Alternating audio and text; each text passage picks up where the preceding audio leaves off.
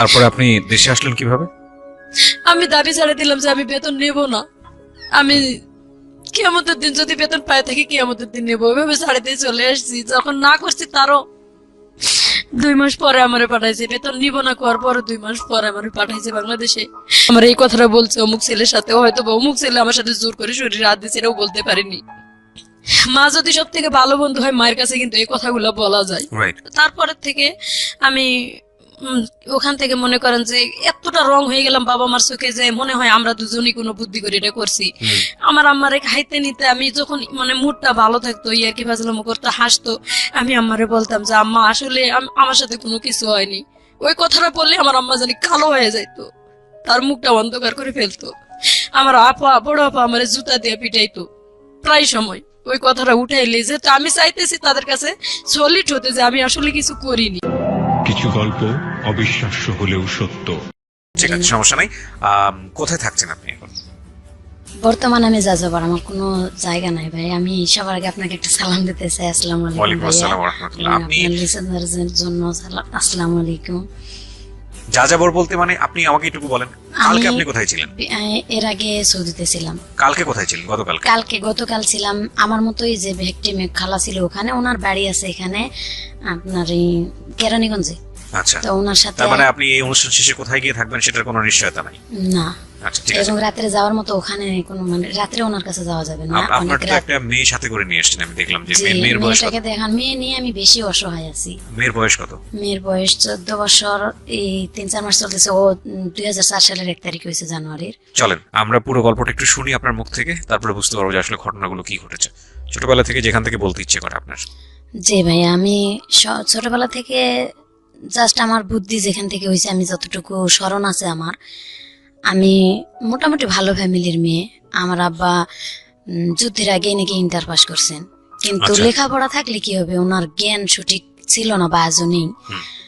আর আমার বিয়ের পর নাকি বাচ্চা হইতো না, তার সন্তান ছিল না বলে গ্রামের মানুষ ধরেন যারা দোকানপাট করতো বা ব্যবসা বাণিজ্যের কাজে যাইতো, তার ওয়াইফরা আসে আমার আম্মারে বলতো যে তুই এখন বাইরে বের হোস না, তোরে দেখলে হয়তো সাত নষ্ট হবে, এরকম একটা গ্রামের ভাষায় বলতো। আমার আম্মা অনেক কান্দাকাটি করতো। এরপরে আমার বড় আপা হয়, আমার আম্মার বিয়ের 9 বছর নাকি 11 বছর পরে আমার বড় আপা হয়েছিল। তারপরে আমি আমার আব্বা হয়তো এত বছর পরে সন্তান হলো, যে একটা আগ্রহ বা একটা এই সন্তান মানুষ করার মতো তার আল্লাহ পাক অনেক ধন সম্পত্তি ছিল। আমার দাদার দেওয়া সম্পত্তি তার 16-17 বিঘা সম্পত্তি ছিল। আমার বাবার। তার মানে ঘরে বসে মোটামুটি ঘরে বসে খেতেন বলতে ঘরে থাকতেনই না উনি, ঠিক মতো ঘরেই থাকতেন না, বাইরে বাইরে ঘোরাফেরা করতেন এবং কোথায় কোথায় ঋণ দেনা করে এসে জমি বিক্রি করে সেই ঋণগুলা পরিশোধ করতেন। মানে এটার জন্য হয়তো আমার আম্মার মেজাজ সব সময় খিটখিটে থাকতো। আর আমরা যখন ছোট ছিলাম দেখছি আমার আম্মা সব সময় প্রায় আমার আব্বা মারধর করলেই নানার বাড়িতে চলে যাইতো, কিন্তু আমার নানা সব সময় বুঝায় পাঠাইতো যে মা এক সময় আল্লাহ তোর সুখ দেব, এই কথা বলে বলে আমার পাঠাইতো। আর আমি প্রায় নানার বাড়িতেই বেশি মানুষ ছোটবেলা থেকেই। আমার নানা প্রায় সময় আর কি, আমার পর আমার ছোট একটা ভাই হয়, ওই ভাইটা হওয়ার 2 বছর পরে আমার যখন 4 বছর বয়স, আমার স্মরণ আছে একটু একটু যে আমার ছোট যেটা সেটা আরেকটা যখন হলো আমার 4 বছর বয়সে, তখন 2 বছর পর আর কি আমরা ভাই বোন সবাই হয়েছি। তো আমার ছোট যেটা সেটা মারা গেল, অনেক অসুস্থ, তখন আমার আব্বা হাজতে। বাট আমি মিথ্যা কথা বলতে চাই না, আমি এখানে উন্মুক্ত ভাবে বলতে আসছি আমার আব্বা চুরি ডাকাতির সাথেও জড়িত ছিল। এই কাজগুলো আমি নিজে দেখছি যে আমার আব্বা এই ধরনের অন্যায় কাজ করছে এবং আমরা শাসন করছি। তখন যতটা ছোট ছিলাম ওটা বলার মতন ছিল না, হয়তো আমার আম্মা কতটুকু হেল্প করছে না করছে বা কত কি করছে তা এটা বলতে পারবো না। তবে যখন জেলে ছিল, আমার ভাইটা যখন মারা গেল তখন আমার আব্বা জেলে দেখতে পায় নাই এবং আমার আম্মা দেখতে যাইতো আমার সাথে করে নিয়ে। আমার মনে পড়ে আমার আম্মার মেজাজ এতটা মানে খিটখিটেই থাকতো, কোনো কথা বলা বা আমরা একটা বায়না তো ধরতেই পারতাম না। সব সময় মানে মায়ের সাথে কৃষি কাজ করতে হতো বা মা বাড়িতে থাকলে আমরা 2 বোন, বিশেষ করে আমার বড় বোন, আমি মাঠে ঘাটে কাজ করা লাগতো সব সময়, কাজের লোক ছেলেদের সাথে সব সময় কাজের লোক আমাদের বাড়িতে থাকতো। এই 3 মাস বা 5 মাসের বা 1 বছরের এরকম 3টা 4টা করে কাজের লোক আমাদের বাড়িতে থাকতো। আমার আম্মা আর কি বুঝাই দিত এটা এইভাবে। ছোটবেলা থেকেই একবারে সংসারটা মনে করেন যে একটা ছেলে যেরকম বোঝা নেই, ঠিক আমার বড় আপার বিয়ে হয়ে গেছিল 13 বছর বয়স থেকে, কিন্তু আমি 11 বছর বয়সে আমি একা হয়ে গেছিলাম। আমার ছোট ভাই যেটা মারা গেল, এরপরে আমি সংসার চালানো, মনে করেন মাঠে ঘাটে ধান ক্ষেত, এমন এই যে বালতিরে করে পানি নিয়ে যে খেতে দেওয়া লাগে, আমাদের ভিটামাটিতে যে মরিচের গাছ অথবা বেগুনের গাছ লাগাইতো, এটাই আম্মু বলতো স্কুল থেকে আসে একটু রেস্ট হয়তো বা খেলাধুলা করতাম। তখন তো ছোটবেলা ছিল, বুদ্ধি ছিল না তেমন, খেলাধুলাই বেশি একটা মন ছিল। আম্মা এটা দেখতে পারতো না, লাঠি দিয়ে পিটায় সবসময় নিয়ে আসতো, আর সবসময় মারধর। মানে ওই সময়টা একটা মেজাজ থাকে অন্যরকম, ওই সময়ের মেজাজটা যেরকম করবো সেরকমই কিন্তু আমরা মানুষগুলো হতে পারতাম। হয়তোবা আব্বা হেল্প করতে পারে নাই, আমার ব্রেনও সেরকম ছিল না যতটা আমরা চালাইতে পারি। এরপরে তো মার ব্যাপারটা আমরা সবসময় মারধরের উপর থাকতাম আর কি, সবসময় খিটখিটে মেজাজ থাকতো। আম্মা গরু ছাগল চড়াইতাম, গরুর দুধ বিক্রি করতাম, এভাবে ছোট ভাই বোনদেরকে আর কি মানুষ করছি। বিশেষ করে বোঝাটা আমার উপর চাপ পড়ছিল আমার বোনের বিয়ের পরে। আস্তে আস্তে সংসারের অবস্থা খারাপ হতে থাকলো। তখন 3 বেলা ভাত, কাজের লোক তো বাদ, 3 বেলা ভাত খাওয়ার মতন পরিস্থিতি আসলো না। তখন আমার এই 9-10 বছর বয়স, এই সময় আর কি দেখলাম যে ভাত 3 বেলা খাইতে পারি না। আর যদিও আম্মা একটু কষ্ট করে ধান আবাদ করে নেই, হয়তো সিদ্ধ শুকনা করতে পারে না, ধান নষ্ট হয়ে যায়, এভাবে মানে আমরা 3 বেলা ভাতও খাইতে পারি না। এমন দিন চলে গেছে, এমন দিনের পর দিন আর কি না খাই দেখছি। আবার এমন সময় দেখে গেছে আমার আব্বাস যখন ওই যে অন্যায় পথে ইনকাম করতো, হয়তো সেই সময়টা অনেক ভালো খাওয়াইতেছে, সেটা হয়েছে হালাল রুজি না। আমার এটা স্মরণ আছে, এটা হালাল রুজি না। আমার আব্বা যে সময় খাওয়াইতো এটা হালাল রুজি করে খাওয়াইতো না। যেমন এলাকাতে মেলা হইতো, আমার আব্বা মেলাই কোন এক ওষুধ, গুঁড়া জাতীয় ওষুধ নিয়ে আর কি, এটা মনে করেন তরকারির মধ্যে মিশাই মানুষের খাওয়ায় টাকা পয়সা নিয়ে আসতো। এটা আমি দেখছি নিজের চোখে, কিন্তু তখন এরকম জ্ঞান হয়েছিল না যে বাবাকে বাধা দিই, মানে এটা খারাপ কাজ, এটা বুঝতে খারাপ কাজ, এটা বুঝার মতন জ্ঞান তখন ছিল না। তবে যখন জ্ঞান হয়েছে আমার বুঝার মতন, আমার আব্বারে অনেক 10-12 জন লোক আর কি খুঁজতে আসছে। তো ওনারা এসে জিজ্ঞাসা করলো আমাদের বাড়িতে, আমার আম্মার সামনেই জিজ্ঞাসা করছে যে মহসিন কোথায় গেছে। তখন আমার আম্মা যখন মিথ্যা বললো, আমার আম্মা জানে যে আমার আব্বা তাস খেলতে বসছে এখানে গ্রামের গ্রাম বাড়িতে, কিন্তু আমার আম্মা মিথ্যা বললো। কথাটা কেমন জানি আমার মাথার মধ্যে নাড়া দিয়েছে, মিথ্যা কেন বললো, অবশ্যই এখানে কারণ আছে, কিন্তু আছে। তখন আমি দৌড় দিয়া, লোকগুলা বের হয় যখন বাড়ি থেকে চলে যাচ্ছিল, আমি মাঠে যাই, মানে মাঠে না, বাড়ির থেকে আর কি একটু দূরে, আমি বাড়ির সামনে যাই, পুকুর আছে আমাদের, পুকুরের কাছে যাই, বলতেছি আঙ্কেল আমার আব্বা তো বাহে কোথায় আছে। আমার আম্মা জানে ঠিক বলে নেই, আমি বলবো কোথায় আছে আসেন, দেখাই দিছি অমুক বাড়িতে আছে। যখন ওই বাড়িতে যাই দেখাই দিল, তখন আমার আব্বাকে ওইখানে যাই সোজা কলারটা ধরে কয়েকটা ঘুষি দিছে আমার সামনে, বলছে যে কালকা রাত্রে যে জিনিসগুলা নিয়ে এসো, জিনিসগুলা কোথায় দেও। তখন আমার আব্বা মানে কথা তর্কাতর্কি করতে আমার আব্বারে গ্রামের মানুষ আরো 2-4 জন মুরব্বী নিয়ে অনেক মারধর করছে। এমন মারছে যে 5 ডলা পর্যন্ত দিছে আমার চোখের সামনে, রাস্তার মাথায়, আমার চোখের সামনে আমি দেখছি। তখনও আমার আব্বার শরম হয়নি যে এই কাজগুলা করলে লজ্জাজনক বিষয়। আমার আব্বা তো সম্পদ থুয়ে গেছে, আমি সন্তানদেরকে মানুষের মতো মানুষ করি বা লেখাপড়া করাই। মাঝে মাঝে আমাদেরকে নিয়ে বসতো, হয়তো প্রাইভেট দেওয়ার মতো ক্ষমতা হয়নি, মাঝে মাঝে শিখাইতো পড়া, কিন্তু আমার আব্বা সবসময় এই অন্যায় কাজগুলা করছে। আমি বড় হওয়া পর্যন্ত দেখছি, আমার সন্তান হওয়া পর্যন্ত আমার আব্বা এই অন্যায় কাজগুলা করছে। তো ফ্যামিলি থেকে যখন একটা মেয়ে নির্যাতিত হয়, তখন কিন্তু সে নিজের একটা পথ খুঁজতে থাকে যে নির্যাতিত ফ্যামিলি থেকে সরে আমি কোথায় যাইতে পারি। আমার আব্বা যখন এই যে এই কাজগুলা যখন করে অন্যায় দেখলাম, যখন বোঝার মতো বয়স হয়েছে, তখন থেকে বলতে শুরু করছি যে আব্বা এটা করা ঠিক না, উল্টা আমাদেরকে মারধর করে। প্লাস দেখছি মাঝে মাঝে আমার আব্বা, আমার আম্মা কিন্তু হেল্প করে মোটামুটি, যদি হেল্প না করতো মানে এত দূর আগাইতে পারতো না আমার আব্বা। মোটামুটি কিছু কাজে হেল্প করছে আমার আম্মা, হয়তো টাকা পয়সা পাইলে একটু খুশি থাকছে, আবার যখন না থাকছে তখন অনেক কান্দাঘাটি করছে। কিন্তু ওই রাগটা আমার আব্বার উপর রাগ না দিতে পারে, আমার উপর বিশেষ করে অনেক অত্যাচার করছে। আমার আপার বিয়ে হয়ে যাওয়ার পর আমি সংসারে একজন ছিলাম, বা আমি মোটামুটি তর্ক করতাম আমার লগে যে এটা করা ঠিক না, এটা করা ঠিক না, এভাবে বলতাম দেখে আমারে মারতো। সরাসরি কিছু বলতে না পারতাম। আমি ক্লাস 8 পর্যন্ত উঠলাম আর কি, তখন ব্রেনে একটা চাপ দিল যে আমি যদি একটা চাকরি বাকরি করতে পারি। তখন গ্রাম বিকাশ কেন্দ্র নামে একটা সংস্থা আমাদের গ্রামে আসলো, এবং পার্বতীপুরের এক ছেলে সেকেন্ড ম্যানেজার ছিল। আমি ভকেশনালের প্রথম ব্যাচের ছাত্রী ছিলাম। বাংলাদেশে ভকেশনাল আপনার 97 সালে আর কি চালু হয়। আমি ভকেশনালে ক্লাস 8 যখন পরীক্ষা দেব তখনই আমার টেইলারিং কোর্সে আমার আম্মা ভর্তি করে দিয়েছিল। আমি সবসময় আমারে বলতাম যে আমি মানুষের বাড়িতে কাজ করে খাবো, তাও বাড়িতে থাকবো না। প্রায় বাড়ি থেকে বের হয়ে চলে যাইতাম। যাই আমাদের ওখানে বিরামপুর একটা শহর আছে, শহরে আর কি মানুষের বাড়িতে আমি এমনি হোটেলে যাই, বসে বলতাম যে আমার যদি কেউ কাজ করে নেন আমি কাজ করে খাবো। এভাবে 3 দিন 4 দিন 5 দিনও মানুষের বাড়িতে কাজও করছি, মরিচ বাটা থেকে শুরু করে যা লাগে মশলা বাটা এভাবে কাজ করেও খাইছি। তো আমার আব্বা আবার খোঁজ পায় যায় নিয়ে এসছে মারধর করে ওখান থেকে, তুই লেখাপড়া করবি, তুই মানুষের বাড়িতে কাজ করবি কেন। ওকে। পরে এভাবে চলে গেছি। যাওয়ার পরে ক্লাস 8 পাশ করি, যখন ক্লাস 8-এ পড়াকালীনই ওই গ্রাম বিকাশের সংস্থার খবর পাইলাম যে আমি স্কুল বাদ দিয়ে এটা ভোকেশনালে, ওখানে টেইলারিং শুধু কাজ চলতো আগের বেসে। তো 96 আমি ওখানে ভর্তি হলাম, টেইলারিং কাজ শিখলাম 1 বছরের কোর্সে। আলহামদুলিল্লাহ কাজ শিখে আপনি তখন গেছিলাম। কোন ক্লাসে পড়েন? আমি তখন ক্লাস 8-এ পড়ি। ক্লাস 8 এ পড়েন। ওকে। 8-এ পরীক্ষা দিলাম না, 8-এ পরীক্ষা না দিয়ে ওখানে আমার আম্মা ভর্তি করে দিয়ে আর কি আমাকে কাজ শিখালো। আমি খুব আগ্রহী ছিলাম কাজ শেখার জন্য। পরে ওখানে ভর্তি করে কাজ শিখালো। কাজ শিখার পাশাপাশি এদিকে আমি হাট করি, বাজার করি। হাট বাজার করে যতক্ষণে নিয়ে আসি ততক্ষণে কিন্তু আমার ভাইদেরকে খাওয়ানো হয়।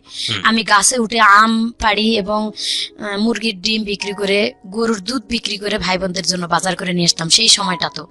এবং আমার নানার বাড়িতে যাইতাম, নানার বাড়ি থেকে মাথায় করে চাল ডাল 1 মণ অথবা 25 কেজি ওজনের জিনিস আমি মাথাত করে নিয়ে আসতাম।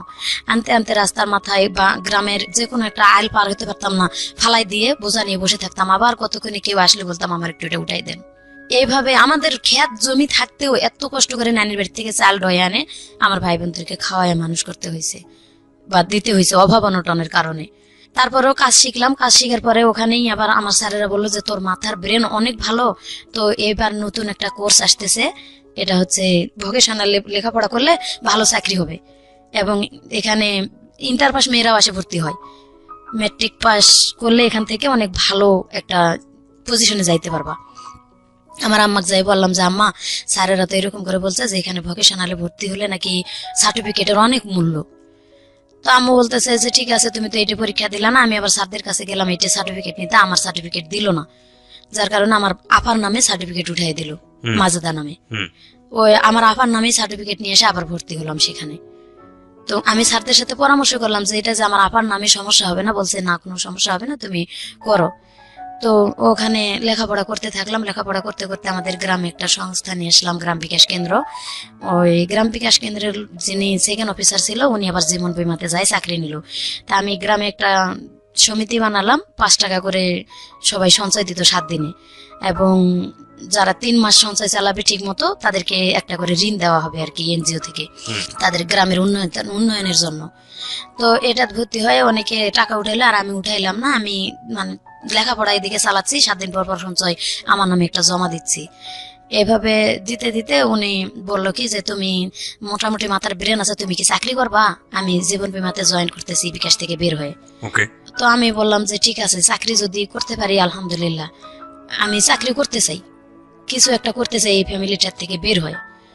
তখন বললো কি যে তোমাকে ইন্টারভিউ দিতে যেতে হবে জীবন বীমা ভবন রংপুরে। তো আমি মানে আমার আম্মাকে না বলেই চলে গেছিলাম, বললে তো যাইতে দিবে না আমি জানি। মানে আমার ব্রেনে কাজ করতেছিল যে আমি একটা চাকরি হলে আসে সুসংবাদ দেবো যে আমার চাকরি হয়েছে।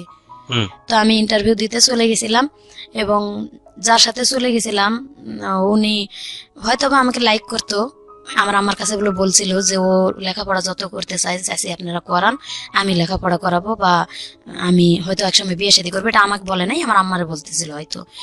তো আমারে বলছে তুমি যদি চাকরি করো আমি তোমার একটা চাকরি দেবো সেখানে, এবং ওখান থেকে তুমি রংপুর টেকনিক্যাল কলেজে লেখাপড়া করতে পারবা এখানে এসএসসি পরীক্ষা দেওয়ার পরে। তো আমি গেলাম ইন্টারভিউ দিতে, ওনার খালাতো বোনের বাসায় আমারে রাখে ইন্টারভিউ দেওয়ালো, পরীক্ষা দেওয়ালো। পরীক্ষা দিয়ে আমি ওখান থেকে মানে পাস হয়েছি, রেজাল্ট ভালো দিছে যে এখান থেকে তুমি চাকরি করতে পারবা, তোমার মাঠকর্মী হিসেবে তোমার চাকরি দেওয়া হবে। স্যালারি হয়তো প্রথম অবস্থায় 3000 আসবে, তুমি যদি ভালো কাস্টমার জোগাড় করতে পারো মানে বেনিফিট বাড়তে থাকবে তোমার। প্রিয়, আমরা ফিরে যাচ্ছি আমাদের অতিথির গল্পে। জি। এভাবে ওখান থেকে চলে আসলাম। 3 দিন পরে বাড়িতে আসলাম। আমি বাড়িতে আমার আম্মা ঢুকতে দিবে না। কেন ঢুকতে দিবে না? মানে আমি কেন গেলাম না বলে কেন গেলাম, হয়তো খারাপ কিছু করতে চলে গেছি। আচ্ছা আচ্ছা। এমন তখন কি মার, আপনি ক্লাস 8 আমি ক্লাস 8 এর শেষের দিকে আর কি শেষের এটা। দিকে? আচ্ছা। এমন মার মারছে আমার, অনেক মারছে আমার মা ওই সময়টাতে, এমন মারছে যে আমি উঠতে পারতেছি না বিছানা থেকে। এরকম আমার আব্বা এবং আম্মা দুজনে মিলেই মারছে যে তুই গেলি কেন, আমার আর স্কুল বন্ধ, লেখাপড়া বন্ধ, কিচ্ছু করতেই দিবে না। আমি এত অনুরোধ করে বলতেছি যে না মা, আমি চাকরি করব, আমি কিছু একটা করতে চাই, নিজের জন্য নিজের পায়ে দাঁড়াতে চাই। তখন কিন্তু সুযোগও ছিল অল্প লেখাপড়াতে, কিন্তু তারা করতে দেয়নি। ওখান থেকে আমি যখন 15 দিন বসে থাকলাম, স্কুল থেকে আমাদের স্কুলের দপ্তরিকে পাঠানো হলো যে কেন স্কুলে আসতেছে না ভালো ছাত্রী। আর ওখানে মাত্র 33 জন ছাত্রছাত্রী ছিলাম, 20 জন মেয়ে এবং 13 জন ছেলে, এটা বাছাই করা। ওখানে পরীক্ষা দিয়ে নিতে হয়েছে। পরে স্যারেরা যখন লোক পাঠালো তখন বললো যে হ্যাঁ লেখাপড়া করতে পারবে, এখানে শর্ত আছে, ও কোথাও যাইতে পারবে না, কিচ্ছু না। তখন স্যারেরা আমার বললো যে না, ও তো ভালো মেয়ে, অনেক ছোট্ট মেয়ে, আমার মতো ছোট কেউ ছিল না ওখানে, অনেক ইন্টার পাসের মেয়েরা ছিল এবং বিবাহিত মহিলারা ভর্তি হয়েছিল ওখানে, ম্যাট্রিক পাস করার পর আবার কিছু 8 পাস করার পর ভর্তি হয়েছিল। পরে সবাই স্যারেরা বললো না, ও অনেক ভালো মেয়ে, ও হয়তো বুঝতে পারে নাই এটা কেন গেছে, কিসের জন্য গেছে চাকরি নিতে, এটা আমরা শুনবো। পরে আবার রানিং হলো ক্লাস, আমি ক্লাস করা শুরু করে দিলাম। এখানে ক্লাস করতে করতে করতে করতে আবার মানে আমার ফ্যামিলি থেকে সবসময় চাপ আসতেছে, ফ্যামিলি থেকেই লেখাপড়া করা এবং বালতিতে করে বা কলসিতে করে পানি নিয়ে মরিচের খেতে দেওয়া, এভাবে লেখাপড়া করে খুলে উঠতে পারি না। আবার আমার আব্বা অনেক মারধর করে, আমার আম্মারে অনেক মারধর করে সবসময়, হয়তো ওই জমি বিক্রি করে টাকা নষ্ট করে, এগুলা নিয়ে আমার আব্বার সাথে আমার আম্মার সবসময়টা লেগেই আছে। ফ্যামিলিতে সবসময় যদি প্রত্যেকটা দিন খেট খেট খেট খেট অশান্তি, আমার আম্মারে সবসময় আব্বা মারতেছে, বা আমার আব্বা তাস খেলতে যাইতেছে, আমার আব্বা মানে কথাই শুনতেছে না, ফ্যামিলিতে কোনো কাজ কাম করতেছে না, এভাবে আম্মার সাথে লেগেই আছে। মন মেজাজ সবসময় ভালো থাকতো না ভাইয়া। তখন বলতাম যে যদি আল্লাহ নিজে একটা কোনো কিছু করতে পারতাম, তাও তো মানে এখান থেকে একটু সরে যাইতে পারতাম, পারতেছি না। নিজের বাপ যেহেতু কিছু বলতে যে কেন এরকম করতেছো, বা আম্মার সাথেও বলতে পারি না, আমার আম্মা অসুস্থ হয়ে থাকে দেখতে পারি, সারা রাত আম্মার সেবা করতে করতে কাটে যায়।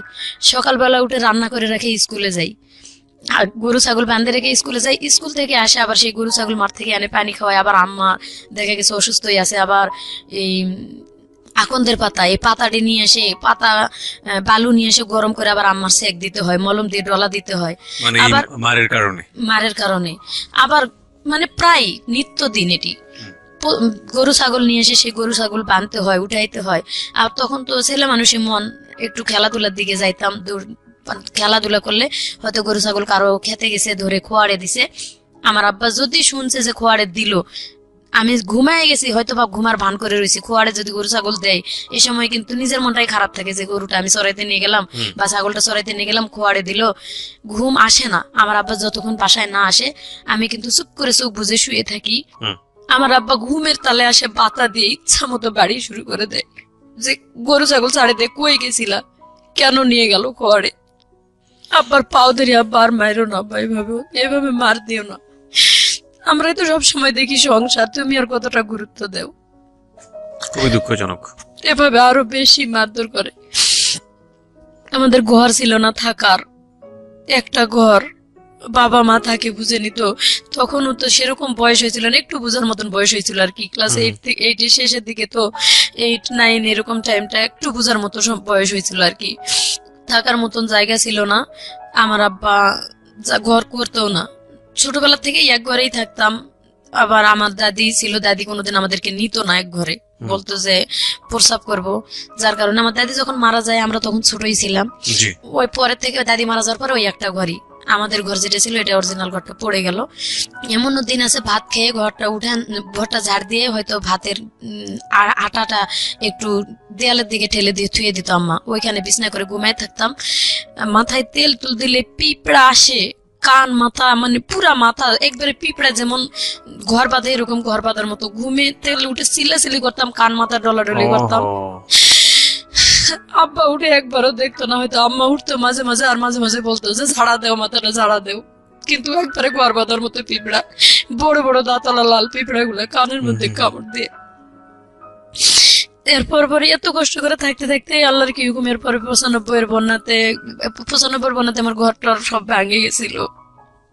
তখন আমি স্কুল থেকে আসে বালি এই প্লেটে করে পুকুর থেকে পানি উঠাতাম বা এই কাদা উঠাতাম ডুব দিয়ে দিয়ে উঠে এই কাদাটি 5 দিন 7 দিন শুকায় আবার ওই কাদা মাথায় করে ঢোয়ে নিয়ে এসে আমারে কইছে আম্মা তুমি বাদ দাও আমি মাটি উঠে দিয়ে এভাবে ঘর করবো, আমরা ঘর না হলে থাকতে পারবো না। তালপাতার বেড়া করে থাকে, পরে ওই ঘর দিয়ে আমরা নিজেরাই ঘর তৈরি করলাম আম্মা আর আমি। জি। বিশেষ করে আম্মা আর আমি পরিশ্রম করে ঘর দুটা তৈরি করলাম, মাটির ঘর, এবং গ্রামীণ ব্যাংকের থেকে কিস্তি উঠায় আম্মা ঘরে টিন দিল, দিয়ে মোটামুটি আর কি একটু সচ্ছলের দিকে তখনকার থেকে হালকা নিজেরা আম্মা আমি এই কিস্তি উঠায়া গরু ছাগল পালে, এভাবে ক্ষেত খামার নিজেরা একটু করে চালাইতে পারতেছি টুকটাক করে। ঠিক এরকম অবস্থায় আমার স্মরণ আছে যে আমি যখন ক্লাস 9-এর প্রথম দিকে, তখন মানে গ্রামের টিভি ছিল, সাদা কালো টিভি, আমার এক মামার বাড়িতে, গ্রামে হয়তো আর এক ভাইয়ের বাড়িতে। তো রাত্রে সবাই যাইতো, আমরা মাঝে মাঝে লেখাপড়া শেষ করে আবার টিভিও দেখতে যাইতাম। তো একদিন রাত্রে আমি টিভি দেখতে গেছি আমার মামার বাড়িতে, আমার অনেক খারাপ লাগতেছে, আম্মারে বলতেছি আম্মা আমার জানি শরীরটা অনেক খারাপ লাগতেছে, তো তোমরা নাটক শেষ করে আসো। তখন ছোট ছোট ডেউ নাটক হইতো, বলছে যে তোমরা পরে আসো একটু, আমি আগে যাই। তো নাটক শেষ হয় নাই, আমি চলে আসছি। আমি আসলে আম্মা পিছে পিছে আমার আম্মা ওরা চলে আসছে, আর আমি যে চলে আসছি আমার মামাতো ভাই কোন ফাঁক দিয়ে চলে আসছে ঘরে আমি জানি না। আমি সোজা আমাদের বাড়িতে ঢুকে আগে আমার মানে কারেন্টের সুইচ অফ না করে ঘরের দরজাটা শুধু খুলে দিছি, তালাটা খুলে বাইরের দরজা খুলে রেখে আসছে। আম্মা তো পিছে আসবেই 10 মিনিট পরে। আমি বাইরের দরজা খুলে রেখে চলে আসে, দরজা তালাটা খুলে আমি কলপাড়ে গেছি যে প্রসাব করে হাত মুখ ধুয়ে আসি, ধুয়ে ঘুমাবো। আমি কলপাড়ে গেছি, কলপাড় থেকে ঘরে আসে ঢুকা মাত্র আমার মামাতো ভাই আমার জড়ায় ধরছে। যখন ও আমারে জড়ায় ধরছে আমি চিনতে পারি নাই কি, আমি চিৎকার যে জোরে দেবো এরকম পারি না, তার কারণ এটা গ্রাম, মান সম্মান যাবে। আমি বলতেছি যে কে তুই সর, আমার কাছ থেকে সরে যা। ওর সাথে শক্তি দিতে পারতেছি না, তবে মানে এত জোরাজোরি করতেছে, খামসাখামি করতেছে। আমি ওরা ধাক্কা দিয়ে চৌকির উপরে, আমাদের ঘরে চৌকি ছিল, চৌকিতে ফালাই দিতেছি, ও আবার উল্টা আমারে ধাক্কা ফালাই দিতেছে। এভাবে কুস্তা কুস্তি অনেকক্ষণ আমি প্লিজ হাত পাও ধরতেছি, অনুরোধ করতেছি ভাই তুই কে, তুই সর। পরে ওর কণ্ঠটা বুঝতে পারছি আমি যে ও আমার মামাতো ভাই। তো আমি ওরা বলতেছি তুই আমার এখানে কেন আসছিস ভাই, তুই সর ভাই। যখন শুনে না তখন অনেক খারাপ ভাষা, গ্রামের খারাপ ভাষা তো জানেনি কি কি খারাপ ভাষা করে বলতে হয়, একবার এইভাবে বলতেছি, এরপরও শুনে না। তার মধ্যে আল্লাহর হুকুম আমার আব্বা আম্মা চলে আসছে। আমি ঘাইমা ভাই, একবারে জ্বর জ্বর করে আমার শরীর দিয়ে ঘাম পড়তেছে। আমার আব্বা আম্মা আসে বাড়িতে ঢুকছে, ঢুকার পরে ওর সাথে সাথে চোখের নিচে ঢুকে গেছে। ও যখন চোখের নিচে ঢুকে গেছে আমার আম্মা আসে সোজা ঘরে ঢুকছে, আমার আব্বা আসে বাইরে খিল লাগাই দিয়ে টেবিল পড়ে গেছে। তো আমার আব্বা যখন টেবিল পড়ে গেছে তখন ওই আমার আম্মা ঘরের দরজার পাশে দাঁড়িয়ে আছে, আর আমি কাঁপতেছি, আমার যে আম্মা ডাকতেছে ঘরে বাতি দিস নিকা, বাতি দিস নিকা। আমি ভাই আমার কণ্ঠ বের হইতেছে না যে আমি কথা বলবো, এরকম মানে এতটা আতঙ্ক হয়ে গেছি, এবং ভয় তো এক আছে, আবার ওর সাথে অনেকক্ষণ ধরে যুদ্ধ করতেছি, প্রায় 15-20 মিনিটের বেশি। আমার আম্মা সুইচ যখনই সুইচটা দিছে আর ওই দরজা একবারে মানে দরজা সোজা চৌকি নিচ দিয়ে এই মাথাতে ঢুকে এই মাথাতে বার হয়ে দৌড় দিছে। ও যখন বাহিরে দৌড় দিছে আমার আব্বা প্রসাব করা বাদ দিয়ে মনে হয় কে কে করে দৌড়াতে দৌড়াতে ও চলেই গেছে। সোজা আসে আমার কয়েকটা ইচ্ছা মতো চড় গালে মুখে দিয়ে ওই অবস্থায় আমার আব্বা আম্মা দুইজনে আমার মারে সেন্সলেস বানায় ফেলাইছে। আমি সেন্সলেস অবস্থায়, সেন্সলেস থেকে উঠার পরে আমার বারবার জিজ্ঞাসা করে যে ওই কেন আসছিল আর কি হয়েছে। তারা মনে করে যে আমার সাথে দুর্ঘটনা, আজও তারা বিশ্বাস করে না যে কিছু হয় নাই। আমি এত আল্লাহর কসম আমার মায়ের কসম দিয়ে বলি যে আমার সাথে কোনো কিছু হয়নি মা, আমি কোনো কিছু করতে দেইনি, আর যদি হইতো এটা জোরপূর্বক কিছু হইতো। আমার আম্মা বিশ্বাস করে না, তুই মিথ্যা কথা বলে হয়তো ওর সাথে পরামর্শ করে তোরা আইছিস, সেটা এইভাবে যে আমরা ওখানে আছি তোরা পরামর্শ করে এখানে আইছিস। আল্লাহর কসম ভাই আমার সাথে ওর সাথে কোনোদিন এই ধরনের কথা বা ও কখনো আমার এই কথাটা বলেও নাই। ও আমার থেকে বয়সে ছোট ছিল, আর ও এরকম কিছু করবে আমিও কখনো পরিকল্পনা করিনি। তারপরে কি হলো? আমার আম্মার এটা বিশ্বাস করা উচিত ছিল, কিন্তু বিশ্বাস করেনি, বলছে যে অ্যাক্সিডেন্ট একটা কিছু হয়েছে। তখন থেকে ওই ছেলের সাথেও আমি কথা বলি না। আমার সাথে সাথে আমার আম্মা বের হয়ে আমার মামির কাছে গেছে, যাই মামির সাথে কি বলে চলে আসছে জানি না। তারপরে তখন আমার দিকটা আরো অন্যদিকে চলে যাচ্ছে যে আমি কিভাবে এই ফ্যামিলি থেকে বের হতে যেতে পারবো।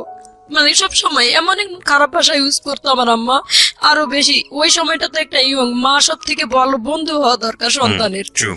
সেই সময়টা মা সব থেকে ভালো বন্ধু হওয়ার দরকার, কিন্তু আমার মা ছোটবেলাতে যা করছে করছে, কিন্তু ওই সময়টা এসে একটু অন্তত নর্মাল হওয়া প্রয়োজন ছিল। এমনিতে রাত্রে দিনে হাট বাজার করাইতো, লাকড়ি গুড়ি কুড়াইতো, এই বয়সে যায় লাকড়ি কুড়ায়, কুষারের ক্ষেত থেকে, মানুষের কুষারের ক্ষেত থেকে কুড়ি বোঝায় বোঝায় ওই সময়টা তো কুড়াই নিয়ে এসে দিছি। এরকম অবস্থায় কিন্তু গ্রামের ছেলেদের কাছে অনেক লাঞ্ছিত হইতে হয়। সেগুলো তো মায়ের কাছে বলার মতো সুযোগ ছিলই না, কখনো বলতে পারিনি যে অমুক ছেলে আমার এই কথাটা বলছে, অমুক ছেলের সাথে হয়তো বা অমুক ছেলে আমার সাথে জোর করে শরীরে হাত দিচ্ছে, এটাও বলতে পারিনি। মা যদি সব থেকে ভালো বন্ধু হয়, মায়ের কাছে কিন্তু এই কথাগুলো বলা যায়। রাইট। তারপরের থেকে আমি ওখান থেকে মনে করেন যে এতটা রং হয়ে গেলাম বাবা মার চোখে, যে মনে হয় আমরা দুজনই কোনো বুদ্ধি করে এটা করছি। আমার আম্মারে খাইতে নিতে আমি যখন মানে মুডটা ভালো থাকতো, ইয়ার কি ফাজলাম করতো, হাসতো, আমি আম্মারে বলতাম যে আম্মা আসলে আমার সাথে কোনো কিছু হয়নি। ওই কথাটা বললে আমার আম্মা জানি কালো হয়ে যাইতো, তার মুখটা অন্ধকার করে ফেলতো। আমার আপা, বড় আপা আমার জুতা দিয়ে পিটাইতো প্রায় সময় ওই কথাটা উঠাইলে, যে আমি চাইতেছি তাদের কাছে সলিড হতে যে আমি আসলে কিছু করিনি। প্রিয় শ্রোতা, আমরা ফিরে যাচ্ছি আমাদের অতিথির গল্পে। জি। যখন না পারছি তখন মানে আমি, আমার ক্লাসমেট ছিল স্বামী একটা নাম, বান্ধবীর সাথে মোটামুটি শেয়ার করতাম যে ফ্যামিলি থেকে মেয়েরা যদি লাঞ্ছিত হয় তারা কোথায় যায় দাঁড়ায় বল। রাইট।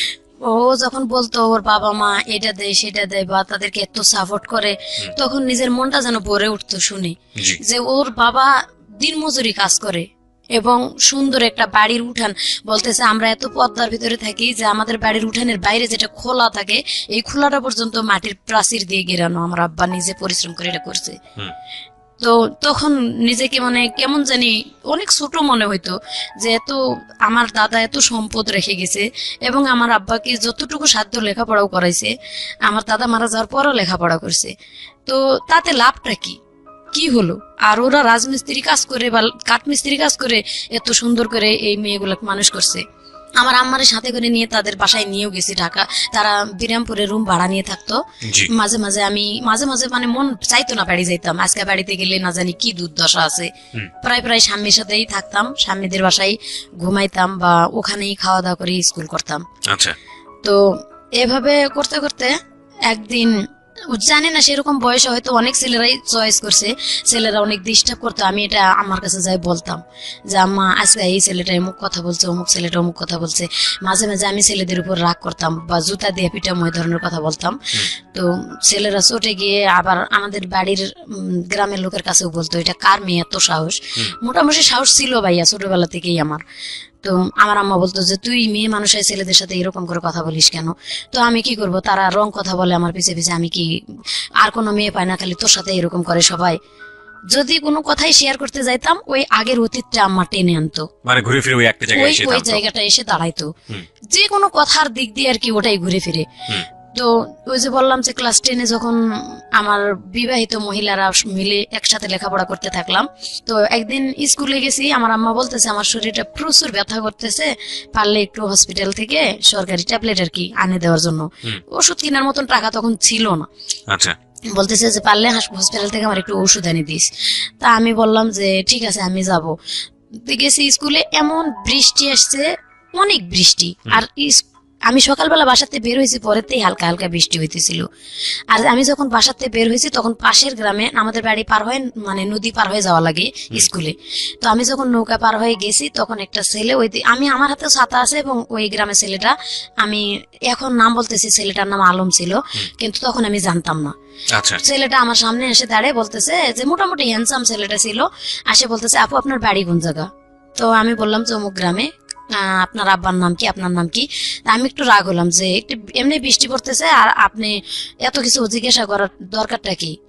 আপনার গ্রামে আমার খালার বাড়ি অমুক, আমার খালা লাগে, যাই জিগায়েন। এভাবে বলে আমি তার সাথে আর কোনো কথা বলিনি। ছেলেটা আমার পিছিয়ে পিছিয়ে হাঁটতেছে, সামনে যাই রিক্সা পাইছি। তো রিক্সায় উঠছে, ছেলেটা বলতেছে আমি উঠবো, এক রিক্সায় গেলে সমস্যা কি? আমি কই না, আপনি রিক্সায় যাইতে পারবেন না। বলতেই আমার আব্বার বন্ধু যে ক্লোজ সবসময় রানিং মেম্বারই করে, আমার আব্বা ওনার হয়ে কাজ করে, উনি আর কি মূর্খ মানুষ ছিল, তবে মেম্বার, ওনার কাজগুলো আমার আব্বা করে দিত। তো উনি যাই দেখতেছে ছেলেটা আমার সাথে কথা বলতেছে আর কি, রিক্সায় উঠবে এরকম কিছু কথা। তো আমি ওই ছেলেটারে ডাইরেক্ট বলে দিলাম যে না আপনি কেন রিক্সায় উঠবেন? তো চাচা আসছে, আমি বলছি চাচা আপনি উঠবেন নাকি, আসেন। আমার আব্বা যেহেতু বন্ধু আর সবসময় আমাদের বাড়িতে উঠা বসে, আমি ওনার মেয়ের মতো। বললাম চাচা আসেন, উঠেন, বসেন। তো চাচা এসে উঠলো আমার রিক্সায়, বসে চাচার সাথে আমি গেলাম স্কুলে। স্কুলে যাই, সেদিন ক্লাস হলো না। তখন মানে সিনেমা হলে ছবি লাগাইছে আসামি বধূ। তো সব মহিলারা, বিবাহিত মহিলারা কি, যে টিচার ছিল, টেইলারিং টিচার, উনি সবার সাথে ফাজলামো করতেছে, আজকে তো ক্লাস হবে না, তো তোমরা সবাই এক কাজ করো, মানে উনি জানি আমাদের সাথে বলছে তোমরা সবাই মিলে আসামি বধূ ছবি দেখে আসো, সিনেমা দেখতে যাও। তো যারা যারা বাড়ির পাশে বাড়ি ছিল, হিন্দু বৌদি যারা ছিল বা মুসলমানও ছিল, বলতেছে ঠিক আছে, এটা তো একসাথে হলে ভালোই হয়, হালকা হালকা বৃষ্টিও আছে। তা আমারে পিচ্ছি বলে ডাকতো সবাই, বলতেছে পিচ্ছি তুই কি যাবি? তো কেমন জানি মনটা আনন্দ হয়ে উঠলো, ঠিক আছে সবার সাথে গেলে মনে হয় একটু ভালোই হয় মনটা। আরো বাড়ি থেকে মন খারাপ করে এসছি অনেক, সকালবেলায়ও হয়তো আব্বা আম্মা একটু রাগারাগি দেখে আসছি, মন খারাপ। আমি চলে গেছি তাদের সাথে, আমি কই আমার কাছে তো টাকা নাই বৌদি। বৌদি বলতেছে যে আমি তোর দাদার কাছে বলে টাকা নিয়ে এসছি, বাড়ির পাশে আর কি তার দোকান ছিল, এক পাইলট স্কুলের সামনে তার হাজবেন্ডের দোকান এবং তার বাড়ির সাথেই। ওনার শাশুড়িকে বলে ওনার বাচ্চাকে রাখে, বললো যে আমার এখান থেকে সবাই যখন যাচ্ছে আমরা সবাই মিলে যাবো একসাথে। উনি আমার টাকা দিল, নিয়ে গেল সিনেমা হলে, উনি টিকিট কেটে দিচ্ছে, টাকাও দেয় নেই, ওনাদের রিক্সায় করে নিয়ে গেছে। সিনেমা দেখছি আমরা।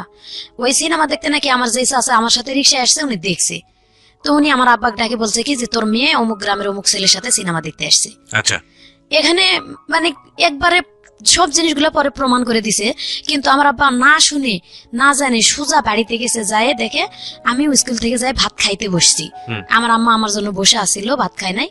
আমিও, আম্মা বলতেছে স্কুল থেকে আসতে আজকে এত দেরি হলো কেন? রাইট। আমি কথাটা মুখ দিয়ে বলবো যে সিনেমা হলে গিয়েছে, এই কথাটা বলার মতো সুযোগ পাইনি। আমার আব্বা বাড়িতে এসে ঢুকছে এবং উল্টা আমার আম্মা আবার প্রশ্ন করতেছে তোরে যে ওষুধ আনতে বলছিলাম তুই কি ওষুধ আনছিলি?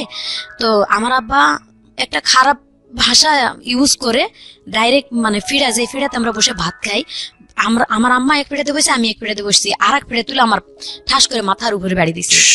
তো মাথাটা আমি হালাইছি, পরে এইখানে বাড়ি, এখনো দাগ আছে, এখানে কাটার মানে ফাটে গেছে জায়গাটা। আমি তো সেন্সলেস হয়েছে কিনা ওই মুহূর্তে বলতে পারি না, তারপরে কি হয়েছে তা বলতে পারি না। আমার আম্মা নাকি আমার উপরে করছে, আমার আম্মারেও অনেক মারধর করছে।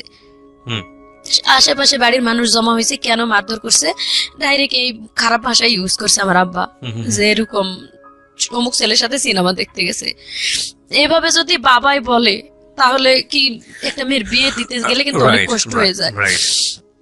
আমার বড় আম্মারা বলতেছে যে আমরা তো বাড়ির পাশে থাকি, আমরা তো দেখি না একটা, আমি আমার আম্মার এত সংসারে হেল্প করার পরে যদি বড় আম্মারা বলে যে মা আমাদের একটু রুটি বানায় দিয়ে যা, অথবা রান্না করে দিয়ে যা, তরকারি কাটি দিয়ে যা, ঘর লেপে দিয়ে যা, আমি কিন্তু তাও করি। এর জন্য সবাই আমারে ভালোবাসে যে ও বাড়ির কাম করে করে আমাদেরও কাজ করে দেয়। তাদের মেয়েরা আর কি এতটা কাজ করে না, তাদেরকে বলে দেখ ও নিজের বাড়ির কাজ করে লক্ষ্মী মেয়ের মতো, আমরা বললেও কোনোদিন না করে না। তো তারা আসে এই কথাগুলো বলে যে ওর তো কোনো সময় আমরা এরকম দেখি না, ও শৃঙ্খল। তো ও এই ধরনের কাজ করছে, সেটা তুমি বাপ তুমি গোপনে এসে বলতে পারতা আস্তে আস্তে যে এটা করা ঠিক না, তুমি এভাবে মারধর করলা কেন?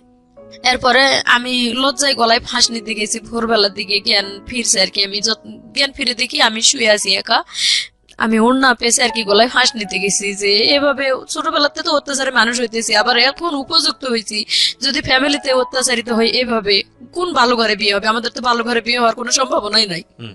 যার কারণে আমি গলায় ফাঁস নিয়ে মরতে গেছি। আমার আব্বাই দেখছে, আবার কেমনে ঘুমেতেছে এতন পাইছে। আমি আর এক ঘরে থাকি, ঘরে মাঝখান দিয়ে দরজা, তো ওই দরজার মানে দরজা লাগানো ছিল না, দুইটা ঘর করছিলাম আম্মা আমি মিলে, কিন্তু দরজা ছিল না, টাকা পয়সা অভাবে বানাইতে পারি নাই। তো ওই পাশের ঘরে আমি ছিলাম, আমার আব্বা দেখে আবার দৌড় দিয়ে ঘরে যায়, উন্নাটা খসে আবারও মারছে আমার। তখন অনেক মারলো, মারার পর আবার স্কুল লেখাপড়া বন্ধ। তো যখন 7 দিন স্কুলে না গেছি, এদিকে তো মানে 3 দিন পরে ওই ছেলের নাকি আব্বা দেখা পাইছে, ওই ছেলের বাড়ি যে অমুক গ্রামে। আমাদের পাশের বাড়ির এক ছেলেই ওই ছেলের দেখা পায়, পরের দিনই বলছে যে কিরে তুই নাকি মুর্শিদারে নিয়ে সিনেমা দেখতে গেছিস, তোর জন্য দেখ মেয়েটার মারে কি অবস্থা। কয় মুর্শিদাকে আমি তো চিনিও না। তখন ওইভাবে যখন বলছে আমি চিনি না, কয় তুই চিনিস না, অথচ তার এভাবে মারলো, তুই কি সত্যি সিনেমা দেখতে যাস নাই? কয় না আমি সিনেমা দেখতে যাই নাই। তো 3 দিনের দিন ছেলেটা নিজে আব্বার সাথে দেখা হয়, আব্বারে বলে বলতেছে যে চাচা আপনি বলে আমার জন্য আপনার মেয়ের তো দুর্নাম হবে, আমারও দুর্নাম হবে এলাকাত। আপনি কি যাচাই করছিলেন যে কোথায় গেছিল আপনার মেয়ে, কেন গেছিল, কার সাথে গেছিল? আমার আব্বা বলে কথা বলে না, বলতেছে যে কোনো ঘটনা না, আপনার মেয়ে নদী পার হয়। আমার জিজ্ঞাসা, আমি জিজ্ঞাসা করছি আপনার নাম কি, আপু নাম কি, বাবার নাম কি? তো আপনার মেয়ে আমার নামই বলেনি, আমি জানবো কেমন আপনার মেয়ের নাম মুর্শিদা। তখন আব্বা বাড়িতে এসে ভাত খাইতে বসে কাঁদতেছে আর কি, লজ্জায় নিজের মাথাটা উঁচু করে দেখাইতে পারতেছি না মেয়ের সামনে। আমি এইভাবে মেয়েরে মারলাম, রাইট। এটা নিজের থেকে আর কি অনুতপ্ত হইলো আমার আব্বা। কিন্তু আমি লজ্জায় আমার আব্বার সামনে আসিও নেই। কয়দিন মনে হয় না খাইছিলাম, আমি বলতে পারি না কয়দিন না খাইছিলাম। না খাই থাকলেও কিন্তু মার কাছে হেল্প করছি, মার সাথে মানে মন ভার অবস্থায় চলতেছে, হেল্প করতেছি। আমার মামা ডাক্তার ছিল, পিছনে ব্যান্ডেজ একটু করে দিছিল, মানে রক্ত বেরিয়েছিল। এইভাবে যে ছেলে আমার সাথে ওই যে করলো না প্রথম, ওই ছেলের বাবাই ডাক্তার, মামা আমার। এভাবে আর কি 7 দিন যখন গেল, তখন আবার স্যারেরা খোঁজ নিল যে এই মেয়েটা স্কুল অ্যাবসেন্ট করে না, তা আবার কেন অ্যাবসেন্ট করলো। তখন বাড়িতে আবার দপ্তরে আসলো, আম্মা বললো যে ওর লেখাপড়ার দরকার নেই, আমরা বিয়ে শাদী দিয়ে দিব, এভাবে হবে না। মানে আমার আব্বার উপর রাগ করে এটা বলতেছে যে কারো কাছে শোনা নাই, কিছু নাই, নিজের মেয়ের দুর্নাম বার করে বসে থাকে, এভাবে আর করবো না, থাক। তখন আমি মানে স্কুলে যাবো না, একটা ডিসিশন নিয়েছি, স্কুল আর করবোই না। এভাবে 2 দিন 4 দিন পর স্কুল বন্ধ করে দেয়, ইচ্ছা মতো কয়ে যাও, ওটা হবো না, এভাবে লেখাপড়া আমি করবো না। তো স্কুল থেকে স্যারেরা বললো যে তুমি মেট্রিক পরীক্ষাটা পর্যন্ত অন্তত পড়ো, তোমার ভালো হবে। তো আব্বারেও বুঝাইলো অনেক, আম্মারেও বুঝাইলো। আমি আমার আব্বার সাথে তখন রাগ করে প্রায় অনেকদিন কথা বলিনি। স্কুলে যাওয়া শুরু করলাম, আবার স্কুলে যাইতেছি, ক্লাস 9-এ পরীক্ষা দিলাম, মানে এসএসসি পরীক্ষার মতোই গার্ড দিয়ে আমাদের পরীক্ষা হলো 9-এ। আবার 10-এ উঠলাম। 9-এ আমার 12টা সাবজেক্ট নিয়ে লেটার নিয়ে পাশ করলাম, মোটামুটি মানে ভালো পজিশনে। স্যারেরা বললো যে ও অনেক কিছু করতে পারবে, যেহেতু এখনো বয়স অনেক কম আছে। আপনি, আমার আব্বারে ডাকে মিটিং করলো যে আপনি ওরা একটু হেল্প করেন, দেখবেন মেয়েটা অনেক উপরে উঠতে পারবে, অনেক কিছু করতে পারবে। কথা বলে তখন আমি 7200 টাকা ওখান থেকে একটা পেলাম আর কি, টাকা স্কুল থেকে ওটা দিত 260 টাকা করে মনে হয় বেতন হিসেবে, সেটা একবারে দিল। দিয়ে আমার আব্বা ডাকেই দিছে, দিয়ে হাতে দিয়ে বলছে যে এটা দিয়ে মাত্র 2500 টাকা লাগবে একটা সেলাই মেশিন কিনে দিতে, আপনি 2500 টাকা দিয়ে একটা সেলাই মেশিন মেয়েটারে কিনে দেন। তো আমার আব্বা সেলাই মেশিন কিনে দিল না, কিনে দেয়নি, কান্দাকাটি করছি অনেক, তারপরও দেয়নি। এরপরে থেকে বিয়ের প্রস্তাব খোঁজা শুরু করলো। মেন রহস্য হয়েছে বিয়ে দেওয়ার, আমার নানার বাড়ির সম্পদ পাবে আমার আব্বা। আচ্ছা, আমার যদি বিয়ে দিতে পারে তাহলে মামারা দিবে আর কি সম্পদটা, যেহেতু একটা মেয়ে উপযুক্ত হয়েছে, আমার আব্বা পরিশ্রম করে না। এই উসিলাই আর কি আমার বিয়ে ঠিক করা শুরু করলো। আজকে এখানে, কালকে এখানে, গরুর মতো দেখা শুরু করলো। আজকে এক জায়গার লোক আসে দেখে যায়, 2000-2500 খরচ করে, আবার 3 দিন পরে আরেকখানের লোক আসে দেখে যায়, এভাবে খরচ করে স্কুল করতে দেয়। মানে আপনাকে দেখতে আসতো, লোকজনে দেখতে আসতো 2 দিন 4 দিন পর। আমার কাছে খুব খারাপ লাগতো ভাইয়া এটা, যে আমি লেখাপড়া করবো, আমি রানিং একটা ছাত্রী, আমি আর কিছুদিন পরে মেট্রিক পরীক্ষা দেবো না। আমার আব্বা এমন ভাবে উঠে পড়ে লাগলো বিয়ে দিবেই, কেন এভাবে উঠে পড়ে লাগলো আমি নিজেও বুঝতে পারতেছি না। আমি বারবার আম্মার কাছে বলতেছি যে মা আমি বিয়ে করবো না, অন্তত তুমি মেট্রিকটা আমার পাস করাও তোমরা। আমার আম্মা বলতেছে আমার করার কিচ্ছু নাই, আমি কিচ্ছু বলতে পারবো না, তোর বাবার সাথে আমি কথা বলতে গেলেই মানে মার খাওয়া লাগে। তো যাই হোক, আমার বিয়ে ঠিক করলো, এক জায়গায় বিয়ে ঠিক হলো, সম্পূর্ণ লেনদেন সবকিছু ঠিক। বিয়ের 3 তারিখ ঠিক, সোমবারের দিন বিয়ে হবে। 1 সপ্তাহ আগে থেকে আত্মীয় স্বজন দাওয়াত দেওয়া শেষ। একেবারে মানে বুধবারে, সোমবারে বিয়ে হবে, বুধবারের দিন আসে কি যেন ঘটনা নিয়ে বিয়ে ভাঙ্গি, মানে কোন আত্মীয় স্বজনে বলে দিছে যে ওই ছেলের বাপের কাছে যে আমার আব্বার চরিত্র ভালো না, মেন সমস্যা হয়েছে ওই জায়গায়।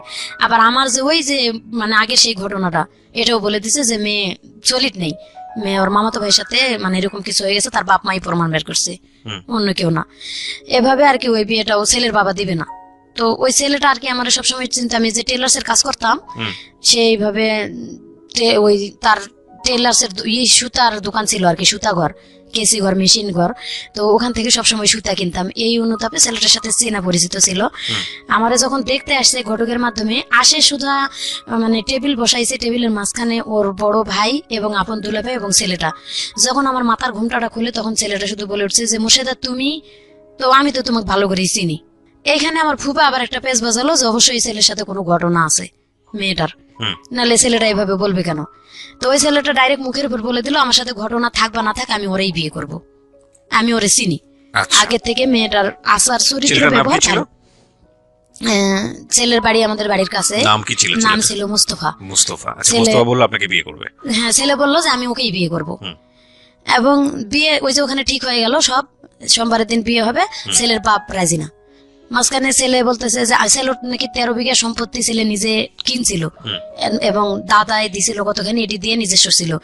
যখন বিয়ে ভাঙে যাওয়ার মানে ধরছে, তখন ছেলে বলছে আমার আব্বারে আসে যে আমার আব্বা বিয়ে দিক বা না দিক, এটা আমি শুনছি আর কি, কথা আমি জানি না, মানে বাজারে আসে ছেলে বলতেছে আমার আব্বা বিয়ে দিক না দিক, আমার 13 বিঘা সম্পত্তি আছে, দরকার হলে 2 বিঘা সম্পত্তি বিক্রি করে আমি টাউনে বাড়ি করব, আপনার মিক নিয়ে খাবো, আপনি বিয়ে দিতে সমস্যা কোথায়?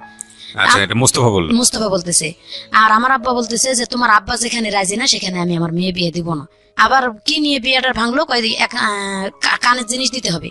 ছেলের বাবা বলতেছে 1 জোড়া সাগরিকা দিতে হবে। সব বিয়ে ঠিক হওয়ার পরে আব্বা বলতেছে যে আগে যা লেনদেন ভাঙ্গাচুরা হয়েছে আমি সেলাই মেশিন দেবো এবং যৌতুক কত কি জানি না এসব নিয়ে কয়েছে আমি কানের জিনিস এভাবে দিব না। ছেলে করছে কি রাতের বেলা আমার আব্বার কাছে 3000 টাকা, তখনকার দিনে কিন্তু 6000 টাকা ভরি ছিল স্বর্ণ।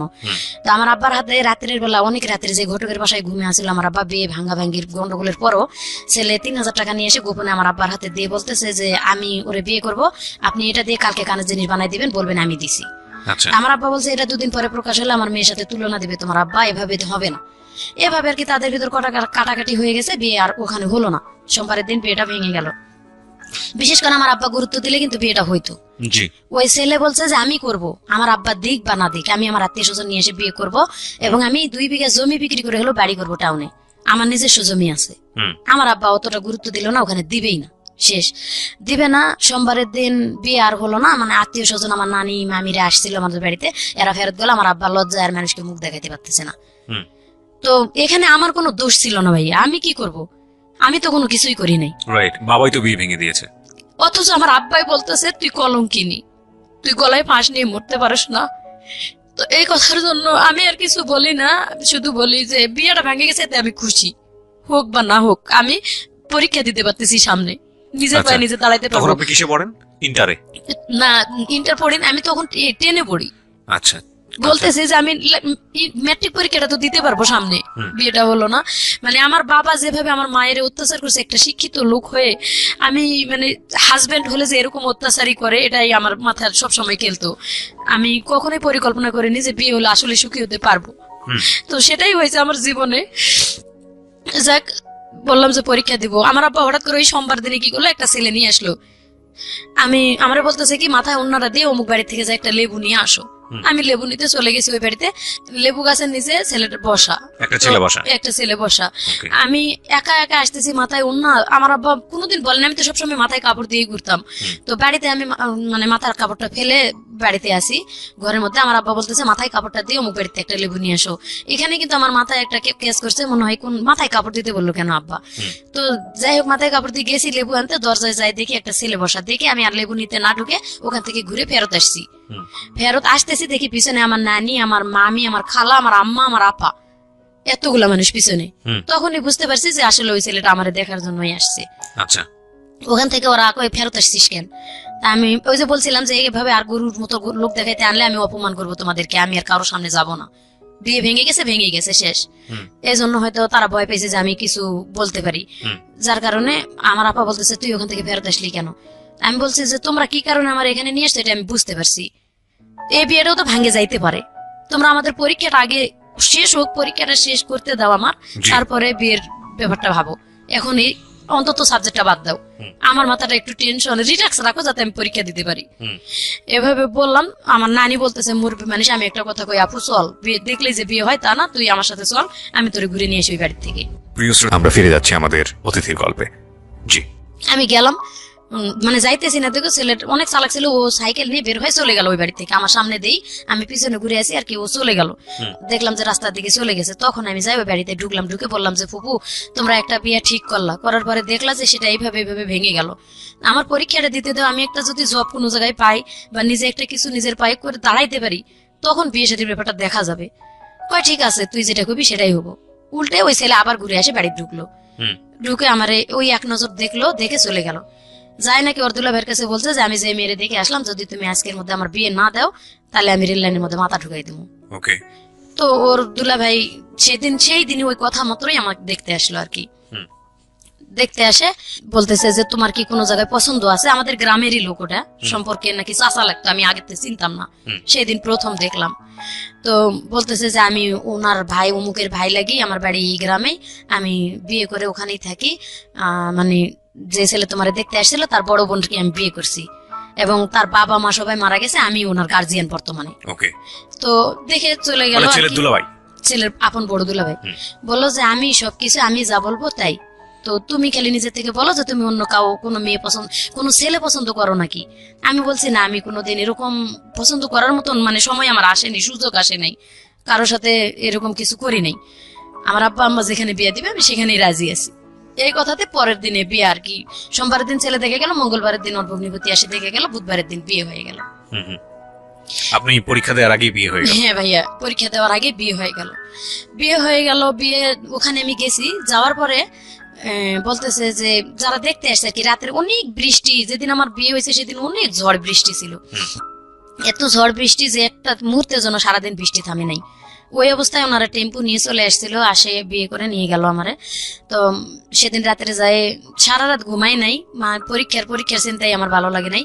পরের দিন সকালবেলা নাস্তা করার পর আর কি, ওই বৃষ্টির মধ্যে আশেপাশে দু এক বাড়ির মহিলা দেখতে আসছে আমারে, নতুন বউ। আর বিয়ের মধ্যে ফুফু শাশুড়ি ছিল, আমার ভাসুর যে আপন সে কিন্তু বিয়েতে গেছিল না। তো এখানে আমার আব্বা বলছিল যে আপন যে বড় ভাই একটা আছে সে আসলো না কেন, অবশ্যই রহস্য আছে। আসলে রহস্য ছিল দেখেই আসেনি। পরের দিন মানুষ দেখতে আসে আমারে বলতেছে যে আগের বউটাই তো ভালো ছিল। যখন এই কথাটা, মানে আমি তো একটা লেখাপড়া করা মেয়ে, আমার মাথায় একটা কেস করলো যে অবশ্যই এই লোকের আর বিয়ে হয়েছিল। তা আমি আবার, আমার ননাসের মেয়ে ছিল রেশমা, মানে আমার বিয়ে হয়ে যায় থেকে রাত্রের থেকে মোটামুটি ভালো আমার সাথে আসে, সাথে মিশতেছে। আমার বিয়ের 1 মাস আগে তার বিয়ে হয়ে গেছিল। তো ডাকলাম, রেশমা শোনো। বলতেছে কি মামি? আমি বললাম যে মা, আমারে যে কথাটা জিজ্ঞাসা করলো, তো মানে তোমার যে বললো যে আগের বউটাই ভালো ছিল, এই কথাটা রহস্য তুমি আমারে বলো। তোমার এটা জানে তোমার কি লাভ? আর যে মানুষগুলো বললো যে আগের বউ ভালো ছিল, কয় খালি ভালো দেখতেছে, এরা ভালো হলেই হবে, এই মেয়ে কোরআন পড়া, কয়দিন পরে মেট্রিক পরীক্ষা দিবে, মেট্রিক পর্যন্ত লেখাপড়া আছে, এই কথাটা আর কি আমি শুনলাম। আমি আর আমার হাজবেন্ডের সাথে কথা বলিওনি, মানে 15 দিন যাবত বলিনি, তখন থেকে কথা বললামই না আমি। মানে 3 দিনের দিন আমার আব্বা আসে নিয়ে গেল, আসে কথা বললেন না কেন? ওই কথাটা আমার মাথায় কেস করলো যে আগে বিয়ে হয়েছিল। ও আচ্ছা আচ্ছা, ওকে। মানে মানুষে বললো যে সকালবেলা, আগে রাত্রে তো কথা বলার মতন সুযোগ হয়নি, বিয়ে করে নিয়ে এসে ওই আমার ননাসের বাড়িতে উঠাইলো, যার যার ঘরে সবাই যাই ঘুমাইলো। আমি আমার নানির একটা ঘর দিল, নিয়ে ঘুমাইলাম। আমার ননাসে এক পাশে খাটে ঘুমাইলো, আমরা এক পাশে চৌকিতে ঘুমাইলাম। রাত পোয়ালে আর কি মানুষ দেখতে আসলো, ওই আসে ওই কথাটাই বলছে। আমার হাজবেন্ড ঘুমের থেকে উঠার আগেই আর কি এটা বললো। তখনই আমার মাথায় একটা কেমন জানি কেস করলো, আমি আমার হাজবেন্ডের সাথে কথা বললামই না। আমার হাজবেন্ড আমার আলাদা করে ঘরের মধ্যে ডাকলো একবার, তো আমি যাচ্ছি না, পরে আমার নানি সাথে করে নিয়ে গেল, কি কি লাগবে আমার, কসমেটিক কিছু লাগবে কিনা। আমি কথা বলি নাই, বের হয়ে চলে আসছি। আর 3 দিন পরে আমার বাপের বাড়িতে আসলাম। বাপের বাড়িতে আসি আমি বললাম যে আব্বা, যে ছেলের অবশ্যই বিয়ে হয়েছিল, না হলে কেন এই কথাটা মানুষে বললো? আমার আব্বা বলতেছে যে মিথ্যা কথা কয় যদি বিয়ে দেয়, গ্রামের একটা ছেলে, আমি সহজ সরল মানে বিশ্বাস করলাম, সে যদি নিয়ে তোমার কোনো জায়গায় ফালায়, আমি এটা দেখতেছি। পরে আমার নন্দু আর কি, উনি সাথে আসছিল আমাদের, তো ওনারে ডাকে আমার আব্বা আলাদা করে জিজ্ঞাসা করছে যে দেখ, তুই হয়তো গ্রাম সম্পর্কে ভাই হ বা এখন মেয়ের নন্দু হ, যে কোনো একটা আত্মীয় কিন্তু হয়ে গেছে, তো এটা আমার সাথে মিথ্যা কথাটা বললার কোনো কারণ ছিল, কেন এটা করলা? তো ভাইয়া বলতেছে যে ওটা কোনো ব্যাপার না, মেয়ে নিজের থেকে ডিভোর্স করে চলে গেছে। আচ্ছা, তো অবশ্যই কোনো কারণ আছে, তাছাড়া তো মেয়ে ডিভোর্স করে চলে যাবে না। বলতেছে ওগুলা নিয়ে আপনার চিন্তা করার কারণ নাই, আমি আপনার মেরে নিয়ে গেছি, যদি আমার শালা ভাত না দেয় আমি ভাত দেবো। ওকে। এখানে বলে আর কি 3 দিন থাকলাম। 3 দিন পরে নিয়ে গেল শ্বশুর বাড়িতে গেলাম। আজকে যাওয়ার পরে কালকে আমার ঘর, মানে বলতেছে যে তোমরা এই যে হাড়ি পাতিল 2টা করে হাড়ি পাতিল বের করে দিল, এটা 2টা করে, এটা তোমার আলাদা সংসার, তুমি আজকে থেকে রান্না করে খাবা। ওকে। তো যতই বাবার বাড়িতে ছোটবেলা তো অনেক কাজ করি, কিন্তু নতুন একটা সংসারে যাইতে গেলে নতুন ভাবে আমি কিছুই বুঝি না, কিভাবে রান্না করে খাবো। বাজার নাই, খরচ নাই, কিচ্ছু নাই, খালি হাড়ি পাতিল আলাদা করে দিল। আমি আমার ননাসের যে গেলাম যে বাজার খরচ নাই, কয় তোর জামাইরে কো আনে দিক। তো আমি তো তার সাথে কথাই বলবো না, এরকম একটা আমি কথা বলি নাই। ও নিজে থেকে বাজার করে নিয়ে আসলো আর কি। আমি ওটা শুনলো যে কিভাবে কি রান্না করব, বাজার করে নিয়ে আসলো, নিয়ে এসে দিল, রান্না করলাম। ওই 1 কেজি চাল, 1 কেজি ডাল, 8 আনা 4 আনা লবণ, এরকম করে আর কি বাজার করে আনে দিল গ্রামের দোকান থেকে। তো ওইভাবে আর কি সেদিন রান্না করে দিলাম, আমি রান্না করে খাইতেও ডাকি নেই সেদিন, ওর মতো ও উঠাই নিয়ে খাইলো। এবং পরের দিন ও নিজে থেকে বাজার করে, আমি রান্নাও করলাম না, আমার এবার রান্না করে ওই খাওয়াইলো। আচ্ছা মানে আমি এতটা মানে ব্রেনে চাপ দিয়ে যাচ্ছি, এর মধ্যে আমার ননাস কয় কি ডাক দিয়া কয় তোর বাপের বাড়ি থেকে টাকা নিয়ে এসে জায়গা কিনে বাড়ি করতো। কয়দিনের বিয়ের এটা পরে? মনে হয় 4 দিন 5 দিনের দিন। হুম। বলতেছে যে তুই জায়গা কিনে তোর বাপের কাছ থেকে টাকা এনে জায়গা কিনে তোরা বাড়ি কর। হুম। আর তখন জায়গার দাম 500 টাকা শতাংশ। হুম। 97 সালে শেষের দিকে আমার বিয়ে হয়েছিল, তো 500 টাকা শতাংশ। কিন্তু ওই জ্ঞানটাও তো আমার ছিল না যে কি বলতেছে ওরা, যে বাড়িঘর দেখে বিয়ে দিছে এটাই আমার শ্বশুরের আসল বাড়িঘর। হুম। কিন্তু ওটা ওরা লিখে নিছে আগে, এবং এটা ওরা ফ্যামিলি সবাই জানে। এই জন্যই আমার ভাসুর আমার বিয়েতে আসেনি, বলছিল যে তুই জায়গা কিনে বাড়ি করবি তারপর বিয়ে করবি। আচ্ছা আমি যখন কান্দাকাটি করছি তখন আমার ভাসুর এই কথাটা শুনে আর কি বলছিল, আমার জাল আমারে ডাকে নিয়ে গেল, আমি অনেক কাঁদতেছি, আমার জাল ডাকে নিয়ে গেছে যে তুই কাঁদতেছিস কেন। তো আমার হাজবেন্ড আমারে বারবার জিজ্ঞাসা করতেছে তুমি কান্দো কেন, আমি তার সাথে একদম কথাই বলি না। তখন ভাই বউর কাছে যাই বলছে আরেক বাড়িতে, ভাই বউ এসে আমার ডাকে নিয়ে গেছে যে মুর্শিদা তোর কি হয়েছে, আয় আমার কাছে, কি হয়েছে বল। আমি বলছি যে আপা আমার এইভাবে বলছে যে জায়গা নাকি কিনে বাড়ি করতে হবে। তখন আমারে ভাঙে বললো ঘটনাটা, আসলে ওর বিয়ে করছিল, বিয়ে করে ওর ভালো ছিল না, যার কারণে আমার শ্বশুর মরার আগেই ওর যে সম্পদটুকু এটা ছোট বোনের নামে লিখে দিছিল, এবং ছোট বোনকে বলছিল যে তুই তোর ভাইরে এই জায়গাটা ছাড়ে দিবি বাড়ি করার জন্য। সে না দিয়ে ওটা ছোট বোন বিক্রি করে আর কি তার হাজবেন্ডকে দিছে। এখন তোমাদের আসলে জায়গা বলতে কিচ্ছু নাই, তুমি জায়গা কিনেই বাড়ি করতে হবে। হুম। কিন্তু ওর টাকা পয়সা আছে, কোথায় আছে টাকা পয়সা, কয় ওর এই যে এই দুলাভাইয়ের কাছেই 15,000 টাকার মতো রাস্তার কাজ হয়েছে, ও কাজ করে টাকা রাখছে, ওই টাকা নিয়ে ওর সাথে আগেও গন্ডগোল হয়েছে, এই জন্য তোমার ভাসুর বিয়েতে যায় নাই। বলছিল যে তোর টাকা আছে জায়গা কিনে বাড়ি করে তুই বিয়ে কর। তো ওটা শুনে নাই যখন, এই জন্য তোর ভাসুর বিয়েতে গেল না। তা আমি আবার মানে বাধ্য হয়ে তখন আমি আমার বাপের বাড়িতে গেলাম। আবার সেদিন আমি আমার ননাসের কাছে বললাম যে আপনার ভাই বলেন আমাকে নিয়ে যায়, তুই আসুক, আমি আমার বাপে বলে টাকা নিয়ে আসবো। এই কথা আমার মেন রহস্য, আমি যে আমার আব্বার কাছে আবার ঘটনাগুলো খুলে বলবো। আস্তে আস্তে একটা করে সমস্যা বাড়তেছে। প্রথম হিসেবে বিয়ে করছে, দ্বিতীয়ত জায়গা জমি নেই, বাড়ি ঘরই নেই। তো আমার আব্বাকে যাই যখনই বললাম যে আব্বা 15 দিনের জায়গা এটা, গেলাম বাপের বাড়িতে, তো আব্বা বলতেছে যে জায়গা জমি যখন নাই, আমার এখানে অনেক জায়গা আছে, তোমরা এখানে বাড়ি করে থাকবা, যদি ছেলে ভালো হয়। আর যদি দেখি ছেলের কোনো দোষ আছে, তা আমি সময় থাকতে তোমার ডিভোর্স করে অন্য জায়গায় বিয়ে দিয়ে দেবো। এটা 15 দিনের মাথায় আব্বা বললো। তা আম্মা বলতেছে যে মেয়ে মানুষের বিয়ে মা একবারই হয়, এটা বলে কোনো লাভ নাই, তুমি একটু কষ্ট করে পারলে করে খাও, দেখো। তো তখন আমি আবার আমার হাজবেন্ডের সাথে আমার বাপের বাড়িতে এসে কথাও বললাম, বা আমাদের মধ্যে মিলামিশাও হলো। পরে আমি বুঝাইলাম যে জায়গার যখন দাম কম আছে, বাপের বাড়িতে থাকার থেকে আসলে নিজের ওইখানে জায়গা কিনে বাড়ি করা ভালো। তা আমার আব্বা কি দিতে চাইছে, তোমার ভগ্নিপতিরে ডাকো, এখানে কি টাকা দিতে চাই বা কি দেয় আমার আব্বার কাছে। আমি কিন্তু আমার আব্বার সাথে ওই আগের থেকে একটু কথা, যখন আমার খুব মারধর করতো তখন থেকে কথা কম বলতাম, আব্বার সাথে কথা বলেই না বললে চলে। ওই বিয়ের পরে যাই খালি একটা কথাই বললাম যে আব্বা কোন বাড়িতে আমার বিয়ে দিলা, এই কথা মানুষে বলে। আর তারপরেও কথা বলি নাই। এই যে আমার আম্মার সাথে বললাম, আম্মা বলতেছে তোমার টেনশন করা লাগবে না, আমি দেখি এটা।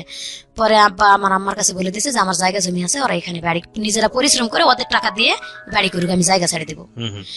এই যে আমার জামাইয়ের শুরু হলো এখান থেকে, মানে বাদাম মাপনা। বিয়ের পরের থেকেই কোনো কাজ কাম করে না। তো আমার আম্মা আজকে আমার দুলাভাইয়ের সাথে পাঠাই 40 টাকা হাজিরা, দিন হাজিরা কাজ করতো। তখন 40 টাকার কাজ করলেও কিন্তু 20 টাকা খরচ করে 20 টাকা থাকতো। কিন্তু একদিন কাজ করলে আর 7 দিন কাজ করে না। আর গাঁজাখোর ছেলেদের সাথে ঘোরাফেরা, প্রায় শোনা যায় যে সে গাঁজা খায়। কিন্তু আমি এটা মানে খেয়াল করতে পারিনি, আমি তো তখন ছোট মানুষ, একেবারে বেশি বড় না, এতটা বুঝার মতো জ্ঞান নাই। তো আমি বলি, মানুষ আসে আমার বলে আপু বুবু, গ্রামের ভাষা বলে তো বুবু, বুবু দুলাভাইয়ের অমুক জায়গায় দেখে আসছে গাঁজা টানতে। তো আসলে আমি সুন্দর মতন বললেই, মানে মায়ের বাড়িতেই আমার রাত্রে যদি বিছানায় শুয়ে আমি বলতে যাই কথাটা, আমার পাও দিয়ে গুড়ি দেয় অথবা লাগতে খাটের উপর থেকে ফালায় দেয়, মারে। এই কথাটা আমি আব্বা আমারে বলি নাই প্রথম অবস্থায়, আমারে মারে, আমি ওখানেই চেক দিয়ে থাকি, মারে ওখানেই চেক দিয়ে থাকি, এবং ওর পাও ধরে ধরে বলি প্লিজ ভাই তুমি একটু ভালো হও, আবার তোমার একটা ওয়াইফ কিন্তু ভালো, এই যে তুমি যদি ভালো থাকতা তাহলে কিন্তু যাইতো না, এই কারণেই হয়তো গেছে। এইটা বললে আরো বেশি মার, তুই ওটা দেখতে যাস কেন, আমার আগের ওয়াইফ ছিল। এই যে শুরু হয়ে গেল, তার মানে বেগ রিপোর্টটা ওখান থেকে আমি পাইলাম। আর আমার বিয়ের 2 মাস পরে আমার প্রথম বাচ্চা ফেটে আসছে। আমি বাপের বাড়িতেই থাকতেছি এভাবে 8-9 মাস আর কি। ও কোনো কাজই করে না। আমার ছোট যে 2 ভাই ছিল, সবার ছোটটা কাজ করতো না, কিন্তু আমার ছোট যেটা ওটা ব্রাক স্কুলে পড়তো যখন আমার বিয়ে। তো ব্রাক স্কুল ও লেখাপড়া করার পরে বিকেলবেলা মাঝে মাঝে দুলা ভাইয়ের সাথে যাই খোয়া টোয়া ভাঙতো। তো ওরে যাইতে কইতো আম্মা, ও ভাঙতো না। আম্মা আলাদা করে দিল যে তোমরা তোমাদের মতন বাজার খরচ যা করে খাইতে পারো তোমরা খাও। ও তো কাজই করে না, আমারে খাওয়াবে কোথা থেকে। এইভাবে দুলাভাই টানে টানে নিয়ে যায়, একদিন কাজ করলে আর 4 দিন করে না, একদিন করলে আর 4 দিন করে না। মানে এমন একটা সিচুয়েশনে আসলো আমার আব্বা আমার পেটের বাচ্চা নষ্ট করে আমার ডিভোর্স করাবে। আপনার বাবা করছে এটা? আমার বাবা এটা করতে চাচ্ছে, আমার হসপিটাল নিয়ে যাবে। রাত্রে আমার হাজবেন্ড বুঝতে পারছে যে কালকে আমার হসপিটাল নিয়ে যাবে। আমি শুকায়ে মেরা হয়ে গেছি, একবারে খাইতে পারি না। একে তো আর প্রথম বাচ্চা পেটে এসছে, আমি বুঝি না কোনো কিছুই। বমি আসে এবং যেটুকু খাই ওটুকু বমি হয়ে যায়, ভালো মন্দ কোনো খাবার নাই। আর আম্মার ভাত আমি রাগ করে খাই না।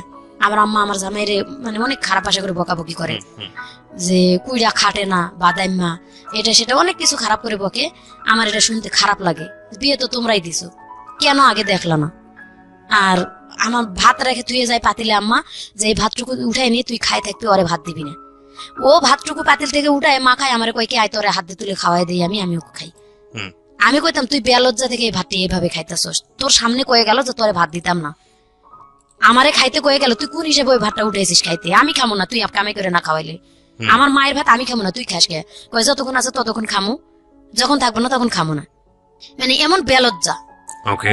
তো এইভাবে চলতে চলতে আমার বাচ্চাটা হয়ে যায়। ওই গ্রামে খালা খালু আছে এদের বাড়িতে, আমি খালার বাড়িতে যাই, 2টা থাল বাসন মাঝে দিয়ে ওখান থেকে খাই আসে চুপ করে থাকি। মামের বাড়িতে 2 থাল বাসন মাঝে দিয়ে ওখান থেকে খাই আসে চুপ করে থাকি। মানে এত একটা পজিশনে আসলো যখন প্রায় 7 মাস বাচ্চা, তখন আর আব্বা শুনবেই না, আমার আব্বা নষ্টই করবে বাচ্চা, আর ও রাখাই যাবে না, ওর জীবনটা নষ্ট হয়ে যাবে। তো হাসপাতালে নিয়ে যাওয়ার জন্য বের হয়েছে, ও কান্দাকাটি শুরু করে দিয়েছে, আমি ভালো হয়ে যাব, ওরে হাসপাতালে নেন না। আগের বউ নাকি 9 মাসের বাচ্চা নষ্ট করেই, একবারে মানে দিন পুরা এটা 9 মাসের বাচ্চা নষ্ট করেই ওরে ডিভোর্স করছে। তো সেই হিসাবে ও জানে, এটা ওর অভিজ্ঞতা আছে।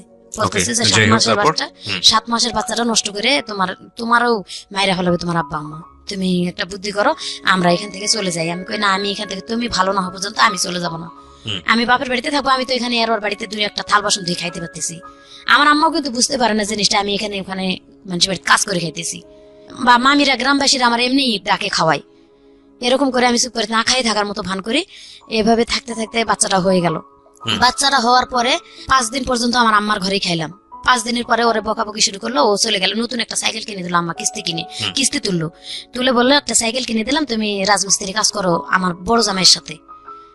বড় জামাই কাজ করে, ওদের সাথে কাজ করলে তুমি যে হাজিরাটা পাবা অন্তত 7 দিন পরে 40 টাকা কিস্তি চালাইতে পারবা, আর সংসারও চালাইতে পারবা, বাচ্চা হয়েছে যেহেতু।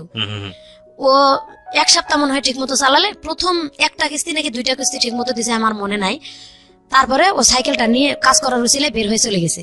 আচ্ছা। যায় আর আসে নাই, বাড়িতে আসে নাই। আমি তখন কিন্তু আতুর ঘরে, আমার আব্বাও তখন বাড়িতে নাই।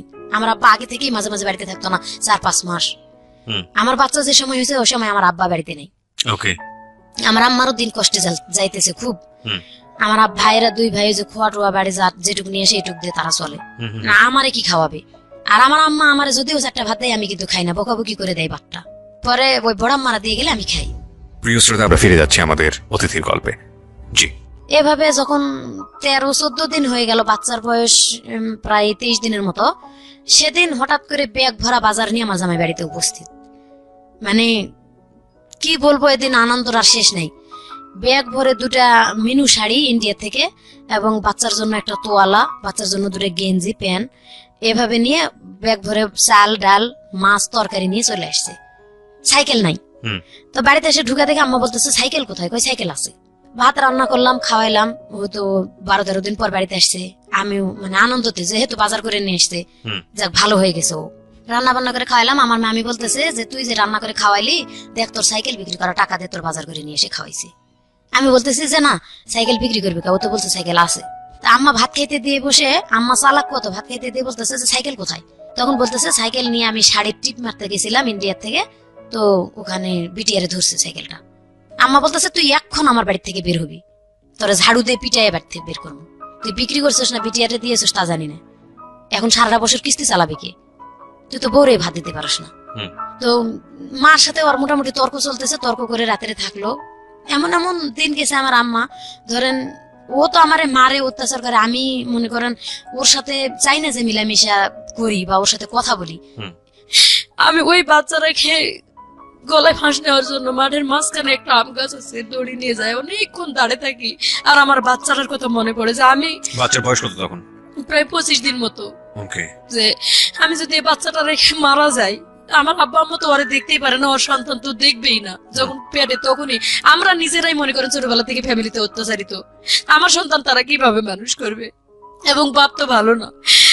আবার সেটা নিয়ে ফেরত চলে আসি বাড়িতে। আসে আমার সন্তানকে বুকে নিয়ে আমি কই আমি মানুষের বাড়িতে কাজ করেই কামাই সন্তান নিয়ে, তাও যাক নিজের জীবনটা শেষ করলাম না। পরে ভাইয়া ওখান থেকে আবার বুঝাতে শুরু করলাম যে ভাই দেখ, একটা সন্তান হয়েছে, বাচ্চাটার মুখের দিক তাকায় তুই ভালো হ। আবার কিছুদিন মাঠে কৃষি কাজ হলো, কিছুদিন কাজ করলো কৃষি কাজ, মানে 15 দিন যদি, মানে 1 সপ্তাহ কাজ করলে আর 15 দিন বসে থাকি, 1 সপ্তাহ কাজ করলে তারপরও চলতো যে 1 সপ্তাহ তো কাজ করতেছে। এভাবে করে নেশা করতো, কাজের কথা বলে মারধর করতো। এভাবে আমি একটা মানে কিস্তি থেকে আমি টাকা উঠাইলাম, উঠাই ভ্যান কিনে দিলাম একটা, যে এই ভ্যানটা চালাও, অন্তত একবেলা চালাইলে আর একবেলা বসে থাকলেও দিন চলবে। তো ভ্যান প্রায় মাস 3 মতো চালালো, মোটামুটি ভালো চললো ওই সময়টা, ওই 3টা মাস মোটামুটি আর কি চলে। এভাবে কিস্তি চালাইতে থাকলো। 3 মাস পরে ভ্যান থেকে বলতেছে এখন ভ্যানে ইনকাম কম, আমি ওই যে কাঠ ফাড়ে যে মিলে, আমি কাঠ ফাড়া কাজ করতে যাব, আর হচ্ছে ভ্যানটা ঘরে তালা মারে দিয়ে যাই। ঘরে তালা মারে দিয়ে ও কাঠ ফাড়া কাজে 1 সপ্তাহের মতন কাজ করলো। আমার আব্বা কি করছে, ওই ভ্যানের চাবিটা আমার কাছ থেকে কয়েছে, ভ্যানের চাবিটা দেও তো। কি করতে কয় কুশারের, আমার আব্বা কুশার আবাদ করতো, বলছে কুশারের পাতাগুলো আনা লাগবে ভ্যানে করে খেতেতে। আমি চাবি বের করে দিয়ে খালার বাড়িতে যাই বসে আছি। আম্মা যাই বলতেছে তোর আব্বা যে ভ্যান বিক্রি করতে নিয়ে গেছে তুই জানিস? আমি বলছি আমারে তো বলছে কুশারের পাতা আনবে, ভ্যান যে বিক্রি করতে যাবে এটা তো আমারে বলে নাই। আর জামাই যেরকম শ্বশুর সেরকম, ওই আসলেই তো লাগবে এখন ঝগড়াটা। মোটামুটি আম্মার সাথে আমার ভালো হয়ে যাবে তর্ক, যে সময় নিয়ে যাই তুমি আমারে বললা না কে। আম্মা আবার বলতেছে যে তুমি চাবি দিছো কে। এভাবে তর্ক করে থাকলাম। রাতে আমার জামাই আসলো, আব্বাও ভ্যান বিক্রি করে চলে আসলো। তো আমার জামাইরে ডাকে বলতেছে যে জামাই রাগারাগি করেন না, ভ্যানটা আমি বিক্রি করে আসছি, 2800 টাকাতে বিক্রি করছি, কুশারে সার দেবো, 15 দিন পর আমার কিস্তি উঠবে একটা, ওখান থেকে টাকা তুলে ভ্যান কিনে দেবো। যাক ওই 15 দিন অসুখ করে থাকলো। যেদিন 15 দিন হয়েছে সেই দিন কিস্তি উঠার খবর নাই, ভ্যান কেনারও খবর নাই। এখন রাত্রে যায় বিরাট গন্ডগোল লাগিয়ে দিল বাড়িতে, আজকে আমার ভ্যান কিনে দিতে হবে, যেভাবেই হোক ভ্যান কিনে দিতে হবে। এখন আমি কিস্তি তুলছি, আমার তো টেনশন এদিকে যে ও ঠিক মতো এমনিতেই পরিশ্রম করে না, এদিক আবার ভ্যান বিক্রি করে দিল আব্বা। ওই 15 দিন পরে এমন গন্ডগোল লাগলো, ঝগড়ার ঠেলায় ঘর থেকে আমার আব্বা হাড়ি পাতিল সহ আমার বার করে দিল। আমার বাড়িতে আর জায়গায় দিবে না। আমি যে আলাদা ঘরে থাকতাম, আমার জিনিসপত্র সব বের করে উঠানের মধ্যে ছুড়ে ফেলে দিছে। মানে আমি যে আমার জামাইয়ের পক্ষে কথা বলছি এটাই যে 3 মাস তো অন্তত ভালো, যেটুকুই আমি কষ্ট করে চলছি, তো ভ্যানটা আছে, ও কাঠমিস্ত্রির কাজ হবে না, ওখান থেকে চলে আসে, একদিন এটা করবে একদিন ওটা করবে, বাদাম মা তো বাদাম মাই, তাও তো করবে। এখন এটা নাই, এই ওসিলে আর কাজই করবে না। এটা বললাম কেন, আমি আমার হাজবেন্ডের পক্ষে বললাম। আমার আব্বা আমার সাথে মানে একবারে রাগ করে তোর বাড়িতেই জায়গা দেবো না, চলে যা। পরের দিন সকালবেলা আমি আমার ছোট বাচ্চাটা নিয়ে, তখন প্রায় বাচ্চার বয়স মনে হয় 1.5 বছরের মতন হয়েছিল আর কি। সেই সময় আমি হাড়ি পাতিল গুলা বের করে দিয়েছি, আমি আমার খোলার মধ্যে নিয়ে বসে আছি হাড়ি পাতিল গুলা। তো আমাদের এলাকার ফিজুল চেয়ারম্যান আমার চাচা লাগে, আমার আব্বার বন্ধু আর কি। তো উনি আসছে, উনি অনেক ভালো মানুষ, গ্রামে আসে গরিব মানুষের খোঁজ খবর নিতে। কেন আসছিল গ্রামে জানি না, কে জানি বলছে যে মহাশয় নরমের বাড়ি থেকে বের করে দিছে। তো আসেও খোলার মধ্যে আমার জিজ্ঞাসা করতেছে যে মা ছাড়া ডাকতো না, আসে বলতেছে যে কিরে মা তুই এগুলা নিয়ে এখানে বসে আছিস কেন? আমি শুধু কান্দেই যাচ্ছি, আমি কোনো কথাই বলি না, আমি কাঁদতেইছি। আমার বড় আম্মা বের হয় বলতেছে যে ভাই মেয়েটা ছোটবেলা থেকে তো শান্তি পেলই না, বিয়ের পরে এমন একটা হাজবেন্ড পাইছে, সেটা ওই যে এরকম বাদেম্মা, ওই যে এই কাহিনী, ভ্যান বিক্রি করে ওর বাপে নিছে, জামাই গন্ডগোল করছে, এখন মেয়েরে দিছে বাড়িতে বের করে। তা আব্বারে ওই ফিজুল চাচা ডাক দিয়ে বলতেছে যে কিরে ভাই মহাসিন এদিক শুনে যা দেখি কি হয়েছে। আমার আব্বা বের হয়ে আসে বলতেছে যে হ্যাঁ চেয়ারম্যানের কাছে যখন বিচার দিছিস ভালোই কাজ করছিস বেটি, আমারে বলে। অথচ আমি কিন্তু কোনো কথা বলিনি ভাইয়া। বলতেছে বিচার যখন দিছিস তো তোর আজকে থেকে তোর কপাল ভাঙ্গা, যা, টাকা তো আমি দেবই, তো তোরে আমি ত্যায্য করে দেবো, আর না হলে হাজবেন্ড ছাড়তে হবে। ওই মুহূর্তে মানে সেই দিন চেয়ারম্যান বললো যে টাকা দিবি, ঠিক আছে, আমার বিচার তো মেয়ে দেয় নাই, তুই ভাই কি অন্যায় করছিস না করছিস সেটা তুই নিজেই জানিস না। এই মেয়েটা এত ছোট বাচ্চার মা, তুই কিভাবে বের করে দিলি মেয়েটার ঘর থেকে? জানিস তো তার হাজবেন্ড ভালো না, মেয়েকে নিজে নিজে বিয়ে করছিল না তুই দিছিলি? কয় আমি দিছিলাম। এইভাবে যখন মানে চেয়ারম্যান চাচা বলে যাওয়ার সাথে সাথে বললো যে আমি টাকা দিলে ভোট অফিসের মাধ্যমে দেবো। এবং চেয়ারম্যানও বললেন ঠিক আছে, ওই আমার মাধ্যমে দিলে আমার মাধ্যমে দিস কালকে, মানে চেয়ারম্যানের হাতে দিবে বলছে পোর্ট অফিসের মাধ্যমে দিস। এটা এক রাতের মধ্যে আমার আব্বার মাথায় কি শয়তানি চাপছে, উনি একটা ডিভোর্স পেপার লিখছে, একটা মানে বাবাকে ত্যায্য করার জন্য লিখছে, হয় যদি আমি হাজবেন্ড চাই তাহলে বাবাকে ত্যায্য করে দিতে হবে, ওখানে একটা সিগনেচার করতে হবে স্ট্যাম্পে, আর যদি মানে হাজবেন্ড চাই তাহলে, হাজবেন্ড না চাই তাহলে হাজবেন্ডকে ডিভোর্স করতে হবে। এটা চেয়ারম্যানের কাছে নিয়ে যায়, শো করছে। চেয়ারম্যান বলছে যে এক রাতের মধ্যে তো ভালো খেলা খেলছো তুমি, ঠিক আছে মেয়ে, আমি মেয়ের পাশে আছি, মেয়ে তুমি করো, তোমার বাবার এতে সিগনেচার দিয়ে যাও, যে বাবা যদি বাবা পারে তোমার ত্যাগ করতে, তুমি পারবা না কেন? তো অনেকটা মানে ছোটবেলার অনেক ইতিহাস গুলা সেই সময় মনে পড়ছিল, চিন্তা ভাবনা করে স্বাক্ষর দিয়ে গেছি। আর আমি ওইখানে যে এমন চিৎকার বাড়ি কানছি, আমার আপন যেটা ওখানে ছিল বড়াব্বা, আমরা বড়াব্বা ডাকি, বড়াব্বা আমার মেয়েরে কোলে নিয়ে বড়াব্বাও কান্দা শুরু করে দিল, আমিও কান্দতেছি একদিকে, বড়াব্বা একদিকে কান্দতেছে। আর চেয়ারম্যান বলতেছে যে হাই হাই রে মহসিন, মানে এত বড় একটা কাজ তুমি করতে পারলা, সামান্য কয়টা টাকা, তাও মেয়ের কাছে ধার করা টাকা তুমি নিছো, ওটা মানে তোমার টাকা তো দিলাই না, তুমি তোমার টাকা, যৌতুক তো দেয় নাই কোনো কিচ্ছু, মানে বিয়ের রাতে যা চুক্তি হয়েছিল ওখানেই মাপ, আমি তো চলেই আসলাম, এই জন্য আর কিছু দেয় নাই। তো যাক আলহামদুলিল্লাহ, আমি বললাম যে এখান থেকে আমি সরলাম, পরে গ্রামে এক বাড়িতে আরেক বাড়ি থেকে আরেক বাড়ি থেকে আরেক বাড়ি থেকে এরকম মানে মানুষের বাড়ি বাড়ি থাকা শুরু করে দিলাম। আচ্ছা, বাপের বাড়ি থেকে বের হয়ে। আচ্ছা, তো হাজবেন্ড তখন কি করছিল? হাজবেন্ড তখন ওই একদিন কাজ করে, ওই একই অবস্থায় রাজমিস্ত্রির কাজ, মানে লেবারি। হাজবেন্ড কি সবাই মানুষের বাড়িতে থাকছিলেন নাকি? হ্যাঁ, ওকে আচ্ছা। নিয়ে আর কি শুরু করলাম ওর সাথে। তখন সবাই বুঝাইলো ওই বুড়ো অফিসের মাধ্যমে যে তুমি যদি এই স্ত্রী নিয়ে করে খাইতে না পারো, তো আর জীবনে কোনো মেয়ে নিয়ে করে খাইতে পারবা না, আচ্ছা, আর তুমি একটা পুরুষ হইতে শিখো। তো ও বললো যে আজকের পর থেকে আমি চেষ্টা করবো ওরে কিছু করে খাওয়ানোর জন্য, যেহেতু বলতেছে যে তোমার জন্য সে বাপকে ত্যাগ করে দিল, তুমি যদি এই মেয়েটাকে রাস্তায় ফেলে দাও তাহলে বুঝবো তুমি ও মানুষ একটা। আচ্ছা, এভাবে বলার পরে ও বললো ঠিক আছে আমি যেখানে থাকবো ওরে নিয়েই থাকবো। তো আমাদের গ্রামে একজন লোক থাকতে দিল, একটা চৌকি কিনলাম ভাইয়া, চৌকি কিনে সেই চৌকির মাপে আর কি পলিথিন দুই পাশে দিয়ে বাঁশ দিয়ে বাঁধে মোড়াই রাখতাম, দিনের বেলা, রাতের বেলা পলিথিন ফলাই ঘুমাইতাম। খাবার দাবার তাদের ঘরে রাখতাম, তারা তালা দিয়ে যতক্ষণ যাইতো এদিক সেদিক কাজ করতে গ্রামের মানুষ, আবার যখন আসতো ততক্ষণে ঘর খুলে খাইতাম, কিন্তু ওই থাকাটা বাহিরে আর কি বারান্দায়। আচ্ছা, এভাবে থাকতে শুরু করলাম, কিন্তু 2-4 দিন কাজ করে আর করে না, 2-4 দিন কাজ করে ওই একই অবস্থায় চলতে লাগলো। এভাবে মানে আমার আব্বা মানুষের কাছে শুনে কয় এই মেয়ের কপালে অনেক দুর্গতি আছে। মানে হাজবেন্ডকে আমি বললাম যে ভাই তুমি এখনো দেখো এই কথাগুলা তোমার শরীরে কি হিট করে না, এগুলা হিট করেও তো তুমি কিছু করতে পারো। এইভাবে বলার পরে যাই হোক ওখান থেকে মানুষের বাড়ি থেকে থাকতে থাকতে এখানে প্রায় 3 মাস থাকলাম আর কি, একই অবস্থায়। সে কাজ করে না দেখে বাবা এই ধরনের ভাষা ইউজ করে, বললাম যে এখান থেকে আমি সরে চলে যাব, হয় তুমি যদি তোমার এলাকায় নিয়ে আমারে করে খাইতে পারো। আর ওই ভগ্নিপতিরে আর কি ফোন দিলাম, ফোন তো না খবর দিলাম, তখন ফোন ছিল না, মানুষের দিয়ে খবর দিছি যে জুলাভাইয়ের একটু আসতে বললেন, যদি মানে আমারে নিয়ে এভাবে সে যদি চেক দিতে পারে, বলছি যে আমার সালামা বাদ দিলে আমি দেবো। তো উনি যদি আমার জায়গা দেয় আমি ওনার ওখানে যাই থাকবো। ওনার ওখানে বাড়িতে যাই থাকা শুরু করে দিলাম। ওনার উঠানে ঘর করে দিল একটা টিনের, এবং তুই যদি প্রাইভেট পড়ে কিছু চালাইতে পারোস তাহলে এখানে কিন্তু টাকাটা জমা হইতেছে, এটাতে জায়গা কিনে বাড়ি করতে পারবি। তো যাক দিল ভাই আলহামদুলিল্লাহ আমি এভাবেই করবো। ওনার উঠানে থেকে আমি গ্রামের বাচ্চাদেরকে প্রাইভেট পড়া শুরু করে দিলাম। যখন প্রাইভেট রেজাল্ট দেখা গেল যে প্রাইমারি স্কুলের ছাত্রদেরকে ভালোই পড়াইতে পারতেছি, তো ওখান থেকে আমি একটা পাইলাম, শিশু শ্রেণী স্কুল চালাইলাম, ব্রাক শিশু শ্রেণী স্কুল চালানো শুরু করলাম, এবং পাশাপাশি বাচ্চাদেরকে প্রাইভেট পড়ানো। এইভাবে আমি একটু পজিশনে উঠা শুরু করে দিলাম। তখন আমি করলাম যে আমার জায়গা কিনতে হবে। ওই যে লাইফের এখান থেকে শুরু, আমি মানে জায়গা কিনলাম, পরে মানে কিস্তি উঠে অর্ধেক টাকা দিয়ে জায়গা নিলাম। এখানে 3 বছর ঘর করে থাকলাম, আমার হাজবেন্ড কোন রকম হেল্প করলো না আমারে। তো যখন আস্তে আস্তে 3 বছর পার হয়ে গেল, কিন্তু জায়গা রেজিস্ট্রি হয় না, আমার হাজবেন্ড গুরুত্বও দেয় না, আমার খরচপাতিও দেয় না, আমি বাচ্চা নিয়ে নিজেই চলতে পারি না, কিস্তি চালাইতে পারি না। এভাবে মানে বেতন তখন কম শিশু শ্রেণীর, মানে কোরআন শরীফ পড়াইতাম গ্রামের বাচ্চাদেরকে, তারা ঠিক মতো বেতনও দিতে চাইতো না। পরে মানুষের বাড়িতে ধান সিদ্ধ করা শুরু করে দিলাম, যে সিজনারি একটা ধান সিদ্ধ করলে তারা একটা করে কাপড় দেয়, 2 বাড়িতে করলে 2টা কাপড় দেয়, কিন্তু এক সিজনে 2 বাড়িতে করা যায় না, এক বাড়িতে করলাম, এবং স্কুল চালাই এর মধ্যে আবার সবকিছু করা শুরু করে দিলাম। এরকম করে জায়গাটুকু যেভাবে আটকাইলাম, 3 বছর পরে ওনারা জায়গাটা আরেকজনের রেজিস্ট্রি দিল। ওই জায়গা ওখান থেকে রেজিস্ট্রি দেওয়ার পর আঘাতের পর আঘাতই পাচ্ছি ভাই। আমার বাপের বললাম একটু হেল্প করতে, আমার বাপ কোনো হেল্প করলো না। তো ওখান থেকে আবার ওই জায়গাটা যখন ওরা ফেরত বা আরেকজনের রেজিস্ট্রি দেয়, আমি তাদেরকে গ্রামের মাধ্যমে একটা বিচার দিলাম যে আমারে না বলে কেন জায়গাটা অন্য কারো রেজিস্ট্রি দেওয়া হলো, যখন আমি ঘর করে থাকতেছি এখানে, সেটা বেড়া দিয়ে ঘর করেছিলাম। তো ওখানে আমার ছোট মেয়েটা পেটে আসলো, ছোট মেয়ে পেটে থাকাকালীন আমি মানে বাচ্চা পেটে নিয়ে আমি কোথাও যাবো না যাবো, 1 বছর আবার ওরা থাকতে সময় দিল। এই 1 বছর আমার হাজবেন্ডের অনেক বুঝাইলাম যে ভাই তুমি আর একটু কিছু করো যাতে জায়গা, আমি কেবল তো একটু পজিশনে আসছি। তো তখন ও চুরি চামারি করা শুরু করে দিল আবার আমার হাজবেন্ড। আচ্ছা যার কারণে কারেন্টের পোল থেকে, কারেন্টের তার থেকে, সরকারি টিউবওয়েল, এলাকার মানে যত কিছু আছে ভাইয়া, না বললে আপনি বুঝবেন না আমার মানে আমি কোথা থেকে আঘাত পাই, কোথায় আসছি।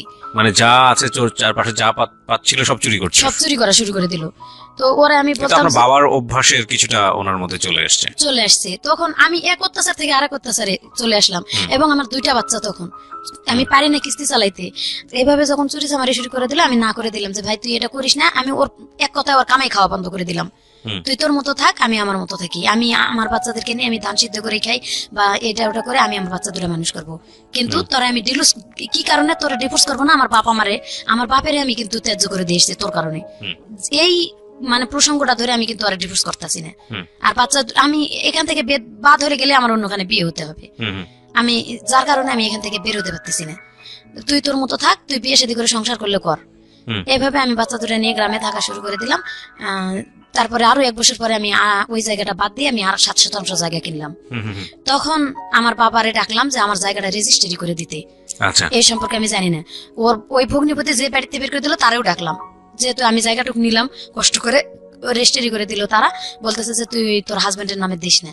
তো আমি ওর নামে দিলাম এই কারণে, যদি আমি আগে মারা যাই ও কোথায় থাকবে, ওরা তো আমি বাদ দিতে চাচ্ছি না।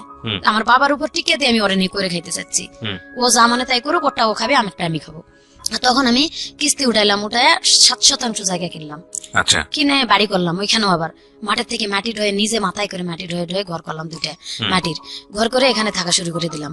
কিন্তু আমি যখন ঋণ হয়ে গেল, জায়গা অনেক 2-3টা সমিতি থেকে কিস্তি উঠাইছি, আমি আর কুলাইতে পারতেছি না। ঘর করার পর আমি আর গ্রামে থাকতে পারলাম না। এ বাড়ি ও বাড়ি থেকে চাল ধার করে খাওয়া শুরু করলাম, ধার করেও আর কুলাইতে পারতেছি না। মানে একেবারে ঋণের বোঝা আমার বেশি হয়ে যাইতেছে। তখন আমি ঢাকা চলে আসলাম, আমি ঢাকা চলে যাব। গ্রামের মানুষের কাছে, এর কাছে ওর কাছে 200-100 টাকা ধার নিলাম, যে 100-100 করে ধার দেন। আমার খালাতো মামাতো ভাই, মানে তখন আমার জামাই খুব মারধর করতো আমারে, খুব প্রচুর। তখন আরো বেশি হলো। ওই যে ও যে কাজগুলো করে আমি করতে দেব না, যার কারণে আমার বেশি অত্যাচার শুরু করে দিল। প্রিয় শ্রোতা, আপনারা শুনছেন প্রাণ মিস্টার ম্যাঙ্গো ক্যান্ডি প্রেজেন্স জীবন গল্প। জীবন গল্পের অতিথির গল্পে আবারও ফিরবো, তার আগে আপনাদেরকে মনে করিয়ে দিচ্ছি, সিচুয়েশন যখন খুব কড়া, মন বসে না কোনো কাজে, তখন মন ঠিক করতে মুখ দিতে পারেন কাঁচা আমের সাথে Pran mister mango candy, good mood guaranteed. আর আমাদের আজকের এই গেস্টকে যদি আপনি দেখতে চান, প্লিজ চলে আসবেন আমার ইউটিউব চ্যানেলে। আমার ইউটিউব চ্যানেলের ঠিকানা হচ্ছে www.youtube.com/RJKebriafm। আমি আবারও বলছি www.youtube.com/RJKebriafm। চ্যানেলটি আছে কিবরিয়া আরজে নামে। Please like this channel. আমরা ফিরে যাচ্ছি আমাদের অতিথির গল্পে। জি। কিন্তু যখন আমি এই যে বিপদে পড়ে গেলাম, যে আমি কিস্তি চালাইতে পারতেছি না, মানুষের কাছে মুখ দেখাতে পারতেছি না, দোকানে বাকি, বাচ্চা দুটা তখন ছোট। তো বড় মেয়ের বয়স 5.5 বছর, 8.5 বছর, ছোট মেয়ের বয়স 3.5 বছর। তখন বড় মেয়ে মোটামুটি ভালো পজিশনে লেখাপড়া করতেছে, ক্লাস 5-এ। দেখতেছি রেজাল্ট ভালো, কিন্তু আমি পারতেছি না আর কুলাইতে। তখন আমার কিছু করতে হবে বাচ্চা মানুষ করতে গেলে। আমি এই যে ঢাকা চলে আসলাম গ্রামে, আমার বাপের বাড়িতে এসে বাপেরও বলে নেই যে আমি ঢাকা যাব।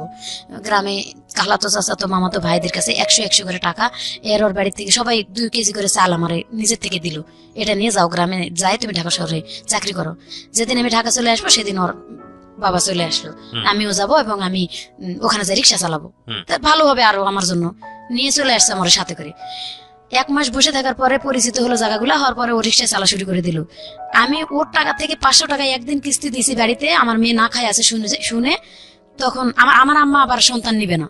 আমার আম্মা আগের থেকেই কোনোদিন দায়িত্ব নিতে চান, আমি নিজেই চলতে পারি না, আমারই অসুখ, এই সেই, আমি সন্তান নেব না। আমি বলছি আমি ঢাকা যাই, একটু পজিশনে উঠি, আমি বাচ্চা দুটো নিয়ে যাবো মা, তুমি খালি অল্প কটা দিন দেখো। এভাবে জোর করে রাখে চলে আসছে, চুরি করে আসার মতো। তখন ওর বাবা চলে আসলো। আমি বললাম যে তুমি যখন আসছো ভালো হয়েছে, আমার বাচ্চা দুটো আমি কেন ওদের কাছে ফেলে রাখবো, ওরা তো দেখশুন করবে না সেরকম করে। আমার ছোট ভাইয়ের বিয়ে হয়ে গেছিল, তখন ভাই বউ আরো বেশি মানে ই করতো, রাগারাগি করতো, দেখতে পারবে না, মারধর করতো এক কথায় বাচ্চা দুটারে। যার কারণে একটু খাওয়া কম বেশি হলে মানে বকাবকি করতো। আমি বলছি যে বাচ্চা দুটো নিয়ে আসো, এখন নিয়ে আসবো না, তুমি আগে চাকরি করো, ভালো করে বেতন পাও। আমি চাকরি করে বেতন নিয়ে এসে ঘরে রেখে প্রথম মাসের বেতন রাখেই আমি চলে গেছি অফিসে যে দোকান বাকি দেবো। ও প্রথম মাসের বেতনই নিয়ে পলায় চলে গেছে। পরে আমার বড় মেয়ের বিয়ের বয়স যখন হয়ে গেল, ওর বাবা এক কথাই কোনো কাজ কাম করেই না, বাদ ওটা সাবসিডি বাদ দিয়ে দিছি। পরে আমি নিজে থেকে বিয়ে দিব, আমার বাপ মারে বললাম যে আমি মেয়ে বিয়ে দিব, তো তারা কেউ গুরুত্ব দেয় না, এদিকে কোনো আসে না। পরে মেয়ে বিয়ে দিলাম, দিয়ে আমি ঢাকা শহরে চলে আসলাম। তখন ওর আব্বার সাথে আমি থাকি না, আমি মেয়েকে বিয়ে দিলেন কি বাবার অমতেই? বাবার আপনি মতেই, নিজের মতো করে বিয়ে দিলেন? না, ওর বাবার মতেই, গ্রামের মানুষ মশহ আমার গ্রামে বিয়ে দিছি। গ্রামের ছেলে একটা প্রস্তাব দিছে, গ্রামের মানুষই আমাদের বললো কি ওর বাবা যেহেতু ভালো না, তো ছেলে ভালো ছেলে পাইছে, বিয়েটা দিয়ে দাও। আচ্ছা, গ্রামে বিয়ে দিয়ে দিলাম ঠিকই। তো ছেলে সেদিন বলছে আমি একটা পয়সাও কোনো দেনমোহর নিব না, কোনো টাকা পয়সা কিছু নিব না, তবে দেনমোহর কেন নেবেন? মানে এই যৌতুক নেব না। আমি মানে 50,000 টাকা দেনমোহর হিসেবে আর কি এটা করলো, যেহেতু যৌতুক নিবে না, গ্রামেরই ছেলে, গ্রামের মানুষ, তার স্কুলের মাস্টার এবং মাতবররা সবাই আছে, বিয়েটা দিয়ে দেওয়া হলো। দিয়ে দেওয়ার পরে 1 বছর পরে জামাই চাপ দিতে শুরু করলো 50,000 টাকা নিবে। তখন আমি 30,000 টাকা পর্যন্ত দিছিলাম, আর বাকি 20,000 টাকা আমি দিতে পারি নাই। আমি মানে চলতে পারতেছিলাম না ঢাকায়ও, আমি অনেক কষ্ট হয়ে গেছে। ওর বাপের তখন আমি ডিভোর্স করে দিছি অলরেডি, ওর বাপের ডিভোর্স করে দিছি। ওর বাপের কাছে আমি মারধর করতো ঢাকায় এসে দেখে, আমি তারা ডিভোর্স করলাম যে আমি চাকরি করতে পারতেছি না, আমার যদি হাত পা ভাঙে থাকে আমি খাবো কি? তো ওর মারও খাবো না, ওরা ডিভোর্স করে দিলাম, তুই যা। বাড়িটা যাই বিক্রি করে দিলাম। আমার মেয়েও বলতেছে যে আমার ভাত নষ্ট হয়ে যেতেছে তোমার কারণে, তুমি টাকা না দিতে পারলে। তো যাক, বাড়িতে যাই মেয়ের বাড়িটা বিক্রি করে দিলাম। আমার আব্বারেও জিজ্ঞাসা করি নাই আমি তখন, মানে লাস্টের দিকে এসে আমি আর পারতেছিলাম না, আমি নিজে থেকে বিক্রি করে দিই যাতে সন্তানের ঘর না ভাঙে। বিক্রি করে দিয়ে আমি যত টাকা পাইছি সম্পূর্ণই দিছি সন্তানে, যে মা আমি বাড়ি বিক্রি করার যত টাকা, আমি বলছিলাম প্রথমে তুই লেখে নি, রেজিস্ট্রি দিয়ে দেই, তোরা অন্তত রেজিস্ট্রির খরচটা জোগাড় কর। বলতেছে না, আমরা রেজিস্ট্রি নিবো না, ওই জায়গায় রেজিস্ট্রি নিলে বাপে এসে ঘরের মধ্যে শুয়ে থাকতে, ভাত না দিয়ে পারবো না, ওই বাপের আমরা ভাত দিতে পারবো না, তুমি জায়গা বিক্রি করে টাকা দিয়ে যাও। বিক্রি করে তখন গ্রামের মানুষের মাধ্যমে জমি লেখে নিয়ে দিয়ে আসলাম বন্ধক, মেয়েরে 70,000 টাকা দিয়ে জমি দিয়ে গেলাম। আমি এই টাকা নিবো না, দেখবো না, তোমার একটা বোন আছে, তুমি পারলে তারে দেখো। আমি কোথায় যাবো না যাবো আমি নিজেও জানি না, মানে ওই সময় তো আমি নিশ্চয় হয়ে গেলাম, অনেক কষ্টে জায়গা কিনলাম, স্বামী ডিভোর্স করলাম এবং জায়গা বুঝতে পারছি সেটা। হ্যাঁ, তারপর কি হলো? এই জন্য আমি বলছি যে আমি কোথায় যাবো না যাবো, তুমি তোমার বোনকে একটু দেখো। ওখানে রাখে চলে আসলাম। বোন মানে আপনার ছোট মেয়েটা? হ্যাঁ, ছোট মেয়ে রাখলাম। ও ছোট মেয়ে, ওর শাশুড়ি নাকি কেটকেট করে ঝগড়া অশান্তি করে, রাখলো না, ওর বাবার কাছে দিল। আর ওর বাবার কাছে দেওয়ার পর আমি ঢাকা থেকে কিছু টাকা পাঠা শুরু করলাম, 1,000-1,500 টাকা। আমি গার্মেন্টসে চাকরি করতাম, আরো আগে থেকেই তো গার্মেন্টসে চাকরি করি, আর 7 বছর 8 বছর আগে থেকেই বললাম যে জায়গা নিয়ে পরের থেকে চাকরি শুরু করে দিছি। তো গার্মেন্টসে চাকরি করে টুকিটাকি টাকা দিতাম, ব্যাচেলার মেয়েদের সাথে থাকা শুরু করলাম এবং বাড়িতে টাকা দিলাম। কিস্তিগুলো শুধু হয়েছিল না, ওই কিস্তিগুলাই আর কি বাকি ছিল, কিছুটা বকেয়া কিস্তিও দিতেছি। বিকাশে টাকা পাঠাই, ওই ফোন থেকে টাকা উঠে মেয়েরে মারধর করে বার করে দেয়। আবার ওখান থেকে মেয়ে একা একা চলে আসছে আমার বাপের বাড়িতে। আমি সেই মুহূর্তে আর কি বিদেশ চলে গেলাম।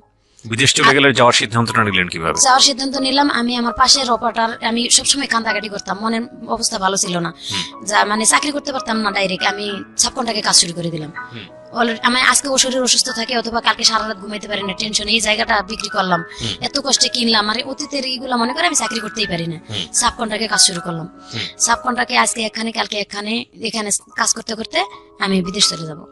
পরে বিদেশ যাওয়ার পরে এখান থেকে এরা বললো কি যে তোমার পাসপোর্ট করতে হবে এবং নিজের এই মেডিকেলটা করতে হবে। পাসপোর্ট এবং মেডিকেল নিজের করলাম, এটা নাকি অফিস পায় নাই, দালাল খাইছে। যাই হোক, আমার ঘরে টিভি আর এলইডি ছিল এবং মিসেপ ছিল, এটি বিক্রি করে আমি এটা করছি আর কি। কত টাকা দিয়ে আপনি বিদেশ গেলেন? প্রায় 20,000 টাকার মতো খরচ হলো। কোন দেশে গেলেন? এটা সৌদি আরব চলে গেলাম। প্রথম জীবনে সৌদি আরব চলে গেলাম। আচ্ছা, কত সালের দিকে এটা? এটা 2015-তে। আচ্ছা, গেলেন। তারপর 15-র কোন মাসে, নভেম্বরেই মনে হয়ে গেছিলাম সম্ভবত। যাই হোক, গেছি।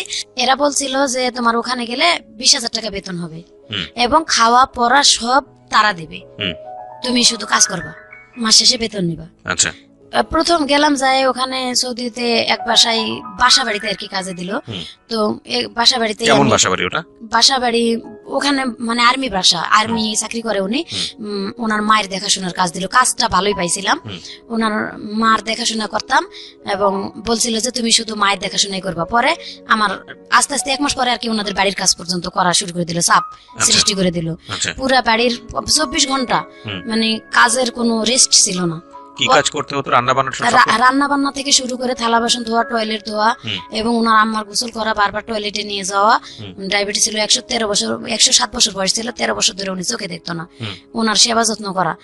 তো আমি কাজে কখনো ক্লান্ত হই নাই যে আমার বেতনটা ঠিক মতো দেবে। আচ্ছা, তো কত টাকা দিল বেতন আপনাকে? বেতন 16,000 টাকা, ওই দেশের 800 টাকা, বাংলাদেশে 16,000। এবং আমার টাকা থেকেই আমার খাওয়া মানে এই খাওয়াটা শুধু ওরা দিত, আমার কাপড় চোপড়, তেল, শ্যাম্পু যা কিছু লাগে সব আমার টাকা দিয়ে। ওই 16,000 টাকার মধ্যে? 16,000 টাকার মধ্যে। তো বাংলাদেশই ভালো ছিল। বাংলাদেশে অনেক, ওখানে মানে জিনিসের দাম অনেক, যে শ্যাম্পু তেল সাবান যেটা কিনি কুলায় না, তো অনেকের জিনিসের দাম বেশি। তখন আমি গেছি যখন 2 বছর শেষ করে আসি, মানে দেখতেছি ভালো, এর থেকে ভালো পজিশনে অনেকে 1500 টাকা বেতন পায় এবং মালিকে খাওয়া পড়া দেয়। এক এক বাসায় কিন্তু এক এক রকম সিস্টেম। তো আমার যেখানে দিছে সেখানে আমার নিজের টাকা দিয়ে করতে হয়। আমি বলতেছি যাক, আমার লাইফটা তো চলতেছে, বাড়িঘর যেহেতু বাংলাদেশে নাই, এখানে অভিজ্ঞতা হইতেছে, অভিজ্ঞতাটা হোক, অন্তত আমি এরপরে অন্য জায়গায় চলে আসবো। 2টা বছর ধৈর্য ধরে করলাম, টাকা পয়সা বেশি পাইলাম না, যেটুকুই পাইছি ওই এই ছোট মেয়ের জন্য খরচ পাঠাইছি এবং আমার মোবাইল খরচ, আর যতটুকু সম্ভব ছোট মেয়ের বড় মেয়ের জামাইরে দিছি যে জমি জমা আবাদ করে একটু টাকাটা বাড়ার চেষ্টা করো। ওরা জমি কয়েকটা পয়সাও লাভ হয় নাই, 1 পয়সাও লাভ হয় নাই, কয়ে ওই টাকা খাটাইতে থাকলো। পরে আর তাদেরকে দিলাম না, দিতে পারলাম না। আমি আস্তে আস্তে আমার উপর চাপ দিতে থাকলো, তোমার খাবার নিজের বাড়তি কিছু খাইলে তোমার কিনে খাইতে হবে, ওদের খাবারটা আমরা খাইতে পারি না। ওখানকার কষ্ট হয়েছে, ওরা মুরগি একটা মানে বড় পাতিলে করে পানি সিদ্ধ করে, বড় মুরগিটা, গোটা মুরগিটা চিরে শুধু ধুয়ে কোন রকম রক্ত সহই থাকে ওরকমই সিদ্ধ করে পানিটা, লবণ আর একটু মশলা দিয়ে, কি ধরনের মশলা দেয়, ওটা গুঁড়া মশলা দেয় ওরা, দিয়ে পানির মধ্যে সিদ্ধ করে মুরগিটা তুলে পুড়তে দেয়, আর ওই পানির মধ্যে ভাত রান্না করে খায়। ওটি আমাদের খাওয়া সম্ভব হয় না, যার কারণে আমাদের আলাদা কিনে খাইতে হয়। আলাদা খাইলে আমার টাকা দিয়ে কিনে সম্ভব হয় না। মানে কি গন্ধ লাগে বা এরকম কোনো কিছু? গন্ধ বলতে রুচি হয় না, এক কথায় ওই যে রক্তওয়ালা মুরগিটা বা মশলা ছাড়া, আমরা তো কষায় মুরগি রান্না করে খাই, আর ওরা আস্তা পানির মধ্যে শুধু টকবক করে ফুটায় সিদ্ধ হলেই ওই যে পুড়ে চুলার মধ্যে দিয়ে হচ্ছে যে বেক করতে দেয় ভাই, যেটাকে বলে আপনার হচ্ছে হলো যে, যাই হোক ঠিক আছে, সমস্যা নেই। হ্যাঁ, তো ওই সিস্টেমটা ভালো লাগছিল না? ভালো লাগছিল না, মানে খাইতে পারতেছিলাম না। আমি বলতেছি এটা আমি খাইতে পারতেছি না, বলে তুই যদি আলাদা কিছু খাস তোর কিনে খাইতে হবে। হ্যাঁ, আমি আমার টাকাতে কিনেই খাচ্ছি, মানে আমি চাইতেছি যে আমার অভিজ্ঞতাটা হোক বা ভাষা জানি, এর থেকে ভালো জায়গায় যাতে আমি আসতে পারি। তখন এভাবে 2টা বছর কাটাই ভাই আমি চলে আসছি। চলে আসার পরে 4 মাস ছুটির পরে ওই এজেন্সিতেই যোগাযোগ করছি এবং বলছি যে আমি ভালো কোনো জায়গায় যাইতে চাই, আপনারা একটু সময় নেন, বেতন বেশি করে এবং ভালো জায়গায় দিবেন, যেখানে তারা অনেক মেয়ের আমি দেখে আসছি লেখাপড়া জানে না, ভালো ভাষাও বলতে পারে না, ভালো কাজও করতে পারে না, নামাজ কালামও পড়ে না, সেই মেয়েদেরকে যদি ওরা 1500 টাকা বেতন দেয় এবং খাওয়া পড়া সম্পূর্ণ দেয়, 30,000 টাকা কিন্তু থাকে যায়, তাহলে আমার কেন থাকবে না? ওয়াইফা দেয়, ফোন ব্যবহার করতে দেয়। তো বলতেছে হ্যাঁ তোমার এরকমই হবে। এজেন্সির মাধ্যমে চলে গেলাম আর কি, এটাই তারা বললো। এজেন্সির মাধ্যমে যখন আমি ওখানে চলে গেলাম, প্রথম বাসাত যাওয়ার পরে সকাল 6টা থেকে রাতের 9টা পর্যন্ত কাজ। তো আমি বলছি যে আলহামদুলিল্লাহ আমি কাজ করব, কিন্তু আমার পজিশন, আমার বেতন বলতেছে তুই 1 মাস কাজ কর, তোরে ভালো লাগলে আমরা বেতন তোর যেটা চুক্তি করে আনছি এটাই দিব। কত চুক্তি করে আনছিস? আমি তো ওখান থেকে চুক্তি করে আসছি 1200 টাকা, যেহেতু 24,000 টাকা আমি পাই। 1500 টাকা দেওয়ার কথা ছিল, সেটা না দেখ 1200 টাকা দিবে এটা বলছিল এরা। বলতেছে যে না 1000 টাকা বেতন তুই পাবি। তখন থেকে আমি এজেন্সিতে জানা শুরু দিলাম যে আমার ওখান থেকে যা চুক্তি করে আনছেন, আমি 2 বছর থেকে গেছি, অনেক মেয়েরা টিকতেই পারে না, আমি যে টিকতেছি শুধু আমার লাইফটা গড়ার জন্য, যাতে আমি একটা নিজে গার্মেন্টস ফ্যাক্টরি দিতে পারি অথবা টেলার্সের দোকান দিতে পারি, ছোট মোটো করে চলতে পারি আমি। আমার একটা মেয়ে আছে, আর একটা বিবাহ দেওয়ার জন্য এই মেয়েটার আমার খরচ দিয়ে চালাইতে হয়। এদিকে তো বাংলাদেশে কিছুই নেই আসলে, কোথায় কিছুই নাই। আমার মেয়েটার কাছে রাখবো, আমার আম্মা রাখে না, আমার আম্মার কাছে যে রাখি আমার আম্মা রাখে না, মেয়েটারে বার করে দেয় বাড়িতে, জোর করে যেরকম রাখে সেরকম রাখি। তো তারা প্রথম মাসে বেতন আমার ওটাই দিল, দিয়ে বললো তোর টাকা থেকে তোর শীত আসছে, মানে গত বছর নভেম্বরে চলে গেছি আমি, বলছে যে তোর টাকা থেকে তোর সম্পূর্ণ করতে হবে। আমি তখন এজেন্সিতে ফোন দিলাম যে আমি এই বাসায় কাজ করবো না। কেন? আমি কই আমার খাবার আমার টাকা দিয়ে খাইতে কয়, কাপড় চোপড় আমার টাকা দিয়ে করতে কয়, আমি এটা করবো না। তখন এজেন্সি বললো যে ঠিক আছে, তুমি যেহেতু ভাষা জানো, কাজ কাম ভালো পারো, তোমার বাসা পাল্টে দেওয়া হচ্ছে। পরবর্তীতে বাসা পাল্টে দিল আমার ডাকে এবং বললো যে যে বাসায় যাচ্ছ তুমি কিন্তু আর নালিশ করতে পারবা না। আমি কই যদি তারা আমার না দেয় আমি নালিশ করবো না, কি করবো? পরে অন্য বাসায় দিল আমারে, অন্য বাসায় 3 মাস ভাইয়া কোনো বেতন দেয় না। 3 মাস বেতন দেয় না? অনেক মারধর করে আমারে। খাবারটা কিনে দেয় ঠিকই, মাছ কিনে এনে দেয় এবং গরু মাংস কিনে এনে দেয়, রান্না কর খা, কিন্তু বেতন কোনো খবরই নাই। বেতনের কথা বললে কয় কি জানি কে দিবে আমি জানি না। যে কয়বারই বলি যে মামা, কাকে বলেন বেতনের কথা? এটা যে গার্জিয়ান বুড়ি আছে বাসার, তার হাজবেন্ড প্রস্রাব পায়খানা করতে, আমি প্রস্রাব পায়খানা পর্যন্ত পরিষ্কার করছি শুধু একটু ভালো থাকার জন্য ভাইয়া। বলছে যে মামা মিন দেবে বেতন আনা, মিন দেবে রাতে, এটা কইতে হইতেছে যে আমার বেতনটা কে দিবে। বলতেছে আনা মাফি মালুম, তুই জানিস না তবে আমার বেতন জানে কেনা। তো আমার যে ছেলে আনছে সেই ছেলে, ওই ছেলের ডাক, তুই ডাক, আমি কেমনে ডাকবো, আমার তো ফোন ব্যবহার করতে দে না। তখন ওর ছেলেরা ডাকছে, আসছে, আমি বলছি যে লেশ মা রাতে বানা। কই কেন 3 মাস হয়েছে তোর বেতন দেয়নি? আরবি দিয়ে বলতেছে, কই না বেতন দেয়নি। ওর ছোট বোনের ডাকে বলতেছে তুই কাজের মেয়ে আনে নিলি, বেতন দিলি না কেন? আমি ওর ভাইরে বললাম কেন, তার জন্য পরের দিন আমার গলায় ছুরি ধরছে। আমার কাছে ফোন নাই ভাই, আমি যে ফোন দেবো বাংলাদেশে, ওদের ফোন থেকে ওর ছোট বোনটা চুরি করে আমার ইমো চালাই দিয়েছিল। আমি ওই যে ময়মনসিং যে ফ্রেন্ড আমার আছে, ওরে বলছে যে ভাই আমার খুব কষ্ট হইতেছে, এবং যাওয়ার সময় ওই স্বাক্ষর দিছিল আমার যাওয়ার, বলছে আমার এরকম কষ্ট, তুমি একটু এজেন্সিতে যাও। এজেন্সিতে ও বারবার যাওয়া আসা করে, ওর কথা বলতেই দেয় না, সুযোগই দেয় না। আমি এই অনুষ্ঠানের মধ্য দিয়ে আমি জানি বিশেষ করে সৌদি আরব, মধ্যপ্রাচ্যের অনেক দেশে আছেন যারা এই অনুষ্ঠানটা শোনেন, নিয়মিত শোনেন, তাদেরকে আমি একটু অ্যাড্রেস করছি। আমি জানি ইউটিউবে আপনারা অনেকেই শোনেন, আমাকে অনেকেই নক দেন আমার ফেসবুক আইডিতে, যে আপনাদের জীবনের যদি বিদেশ ফেরত, আমি সবসময় বলেছি বিদেশ ফেরত কেউ যদি সরাসরি আমার সাথে দেখা করতে চান, এসে অফিসে দেখা করবেন, আপনাদের ফর্মালিটিস মেনটেন করতে হবে না, ফোন টোন দিতে হবে না, এবং আপনাদের বিদেশি জীবনের গল্পটা আমি আমার রেডিওতে প্রচার করতে চাই দুটো উদ্দেশ্যে। একটা হচ্ছে যে এই যে টাকাটা বাংলাদেশের আজকে মেরুদণ্ডের সবচেয়ে বড় শক্তিশালী জায়গা যেটা বৈদেশিক রেমিটেন্স, এই টাকাটা কত কষ্ট করে বাংলাদেশে আসে, এটা একটা ফোকাস করতে চাই। আরেকটা হচ্ছে যে আমাদের ওইখানে গিয়ে আমাদের আমাদের আমাদের দেশি ভাই বোনেরা তারা কি জীবনযাপন করেন, কতটা কষ্টে জীবনযাপন করেন, বা আমাদের যে লেবার মার্কেট বা আমাদের যে লেবার ফোর্স, সেই জায়গাটায় আমাদের যে ন্যায্য দাবিটা সেটা কিভাবে আসলে এনশিওর করা যায়, সেটার জন্য আমাদের এই ছোট ছোট ঘটনাগুলো এগুলোকে ফোকাস করা উচিত। কারণ আজকে যে এই যে ভদ্রমহিলা তার যে গল্প, আমি জানি যে সেটা বাংলাদেশের থেকে যাওয়া অনেক প্রান্তিক পর্যায়ের অনেক নারী আছেন যাদের জীবন গল্পের সঙ্গে মিলে যাবে, যারা হয়তো মধ্যপ্রাচ্যের বিভিন্ন দেশে বাসা বাড়িতে কাজ করেন। বলেন তারপর কি? তারপর ভাইয়া ওই বেতনের জন্য যখন আমার গলায় ছুরি ধরছে, আমি কাজ করব না বলে 7 দিন আমি বসা থাকছি যে কাজ করব না, কেন আমার গলায় ছুরি ধরলো। আমি তো অন্য কিছু বলিনি, আমার বেতনের কথা বলছি। বাসা বাড়ির বাইরে যেতে পারতেন না, বাসা বাড়ির বাইরে হ্যাঁ ময়লা ফেলানোর জন্য যাইতাম, এছাড়া কোথাও না যাওয়ার কোনো সুযোগ ছিল না? যাওয়ার কোনো জায়গায় যাওয়ার সুযোগ পেলে ওরা নিয়েও যায় না, এবং ফোনও ব্যবহার করতে দেয় না, বাড়ি থেকে বেরোতেও দেয় না। এই মাসের পর মাস একটা রুমের মধ্যে, একটা বাড়ির মধ্যে এভাবে থাকতে হয়? জি। এটা শুধু সৌদি আরবের চিত্র নয়, এটা বাংলাদেশের শহর অঞ্চলে অনেক যারা কর্মজীবী নারী আছেন, বিশেষ করে এই বাসা বাড়ি সামলান, তাদের অনেকের চিত্রই এটা। এবং খুব ভয়ঙ্কর রকম ভাবে আমরা খুব শকড হই যখন দেখি ছোট ছোট বাচ্চারা মার খেয়ে তাদেরকে উদ্ধার করা হচ্ছে বিল্ডিং থেকে, পাশের বিল্ডিং থেকে, পাশের ফ্ল্যাট থেকে হয়তো কেউ উদ্ধার করছেন, এবং তাদের শরীরের দিকে যখন আমরা তাকাই তখন আমরা খুব অবাক হই যে কি পরিমাণ বিকারগ্রস্ত মানুষ আমাদের এই সমাজে বসবাস করে। আল্লাহ মাফ করুক। জি বলেন তারপর? তারপরে আমি যখন 7 দিন বসে থাকলাম, কাজ করলাম না, তখন ওর ভাই আসে, আমার আলাদা ঘরে একটা আটকায় রাখছে তারা তালা দিয়ে, এবং ওর মা বারবার বলতেছে যে তুই ফ্রিজ থেকে এটা ওটা খা। আমি শুধু পানি খাইয়েছিলাম 7 দিন, এবং ওর ভাই বউ আমারে মানে পাউরুটি মানে কাইটটা পাউরুটি একটু দিছিল, ওইটুকু খাইয়ে 7টা দিন এভাবে কাটাইছে। ওইভাবে কাটার পরে আমি বলতেছি আমি এখানে কাজ করবো না, আমার এজেন্সিতে তোরা কল দে, কেন আমারে তোরা এভাবে আটকায় রাখছিস। প্রিয় শ্রোতা, জি পরে এজেন্সিতে কল দিয়ে ওর মতো ও কি বলে আসছে বাইরে থেকে, আমার এসে ফোনটা ধরাই দিল। উনি ইয়ার লোক ছিল, নোয়াখালী বাড়ি।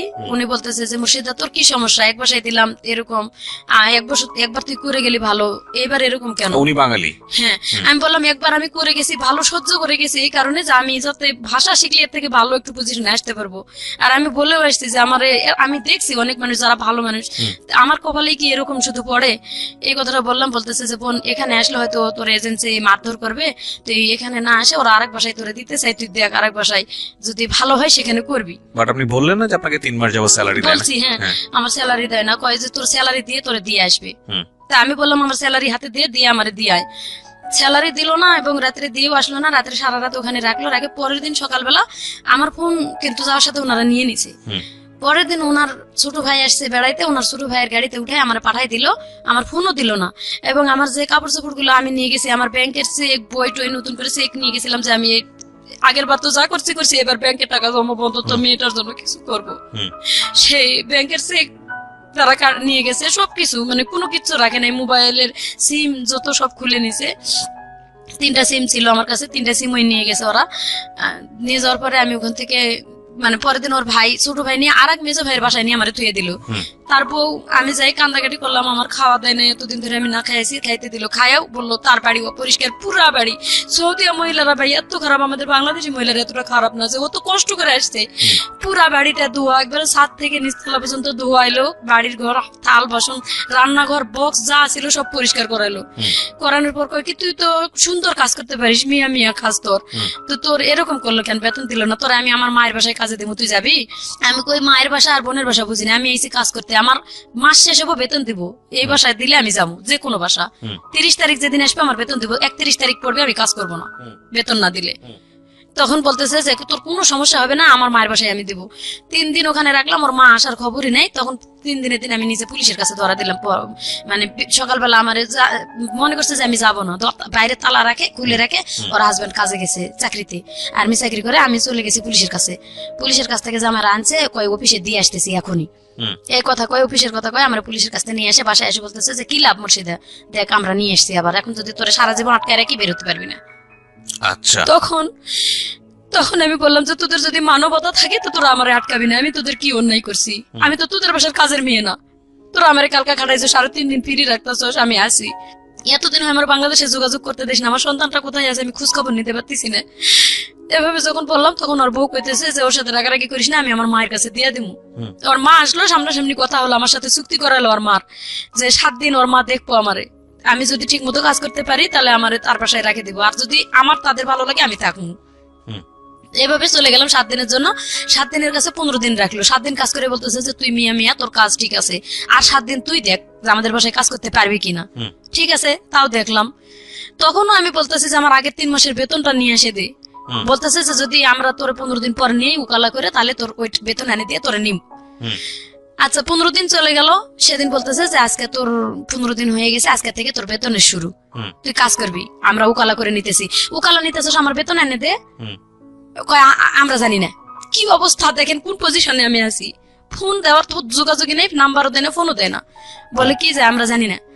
আচ্ছা, তোরা জানিস না, কে জানে আমার ওই বেতন কে আনে দিব? তখন আমি আর কিচ্ছু না বলে কান্দে কেটে কাজ করা শুরু করলাম। কাজ করতেছি, ওই 7 দিন পর ওই যে মেয়ের জামাই আর যার ছেলে আর কি শ্বশুর বাড়িতে দিল, ওই ছেলে আসছে এখানে শ্বশুর বাড়িতে, আমি আলাদা করে তার রুমে গেলাম। ওরা যাই যখন বললাম যে তোর মার বাসার বেতনটা তো আমি পাই নাই এখনো, আর ওদেরকে বললে ওরা গুরুত্ব দেয় না। তো ও মোটামুটি ভালো মানুষ ছিল, ওর সাথে সাথে ওর মার নাম্বার, মানে 3 মাস 4 মাস যাবত কি হচ্ছে, আপনার মেয়ে কোথায় আছে, কি অবস্থা কিছু জানেন না? কিছু জানি না আমি। কি ভয়ঙ্কর অবস্থা। পরে আমার আম্মা এদিকে বকাবকি করে শেষ করে দিতেছে, টাকা পয়সা পাঠায় না, আমি খারাপ মানুষ, আমার দেশে থেকে কুলাই নাই দেখে আমি বিদেশে গেছি। বলেন তারপর?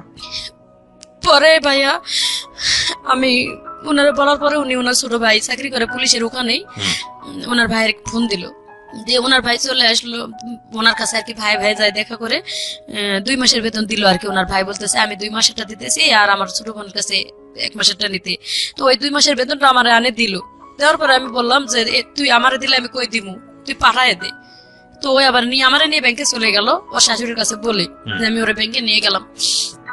যাওয়ার পরে ব্যাংকে পাঠাইতে পারলাম না, আবার ঘুরে আসে ওর ভাইয়ের নাম্বারে পাঠাইলো, ওর ভাই আবার ওখান থেকে পাঠাই দিছে আমার বাংলাদেশের টাকাটা, ওই 2 মাসের বেতনটা। কিন্তু তাও আমি আমার মেয়ের সাথে কথা বলতে পারলাম না।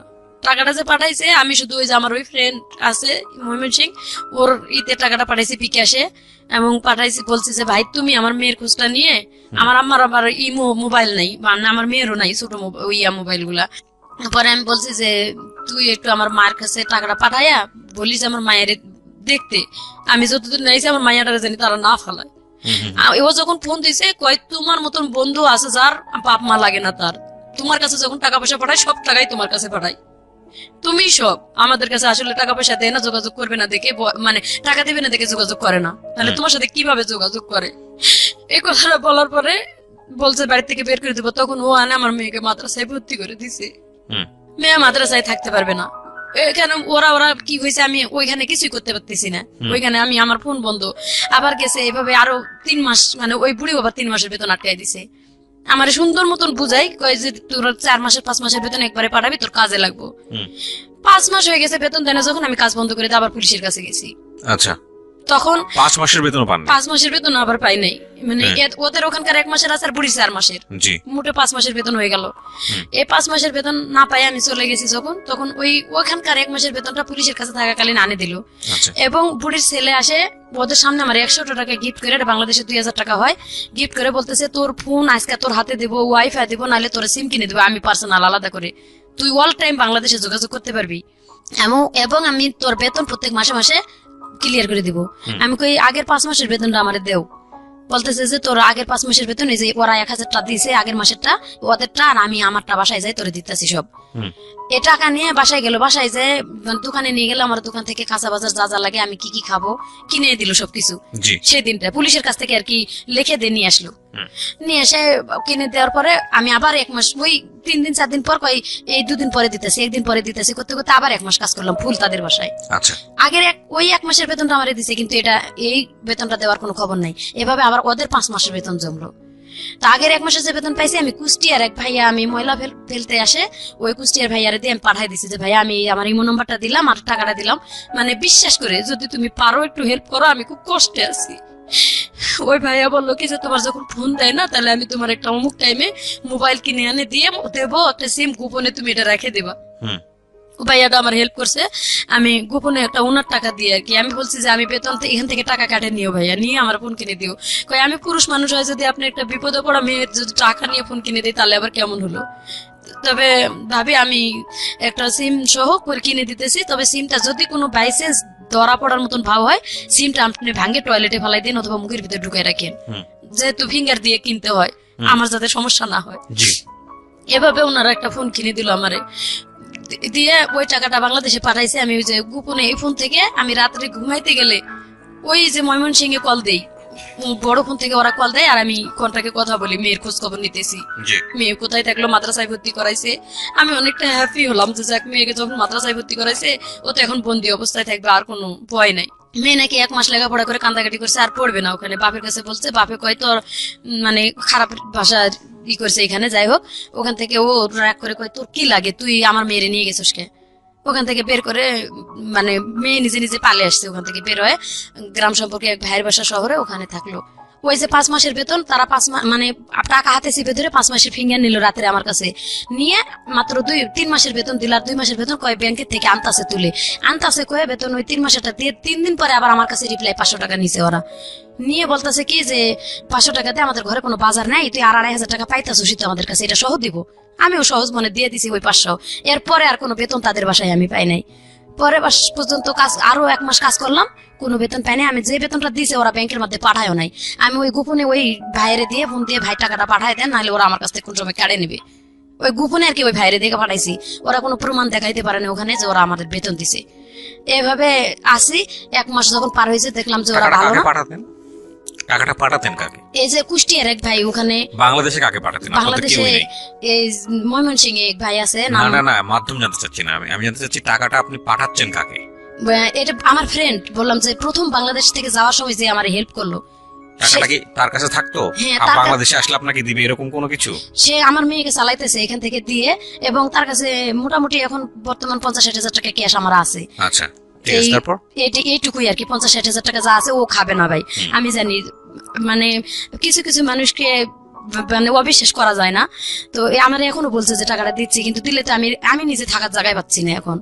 তো যাই হোক পরে ওইখান থেকে যখন পলায় আবার পুলিশ না, আমি বেতনের জন্য ঝগড়া করলাম যে আমি আর কাজ করবো না। যখনই কাজ করবো না এই কথাটা বলা মাত্র আমার মায়েরা আটকায় দিয়ে ঘরের মধ্যে তারা মোবাইল টোবাইল কাড়ে নিয়ে গেল, যাতে পুলিশের কাছে আমি কল না দিতে পারি। 3 দিন পর্যন্ত আমার কোনো খোঁজ খবর করলো না ওই রুমের ভিতরে। আমি খাই থাকলাম না মরে গেলাম না বাঁচে থাকলাম। চাবি আমার কাছে ছিল ভাইয়া, চাবিটা রাখে আমি মানে ধৈর্য ধরছিলাম যে ওরা মনে হয় বেতন যেহেতু এতদিনের এটা মনে হয় দেবে দেবে দেবে দেবে করে। 3 দিনের পর আমি এরা ক্ষুধার জ্বালা সহ্য করতে না পারে নামাজ পড়ার জন্য আমার ঘরটা ওরা খুলে দেয় না। 3 দিন প্রসাব পায়খানা আমি ঘরের মধ্যে পলিথিনে করে পেঁচায় রাখছিলাম।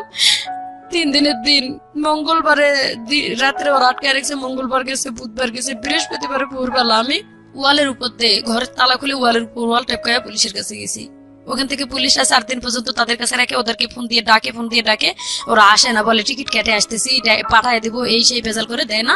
লাস্টে পুলিশ এখানে একটা বড় সফরখানা আছে আর ওখানে আমাদের দিয়ে দিল যে 7 দিনের মধ্যে তোর টাকা পয়সা দিয়ে তোর সফর দিয়ে দিবে।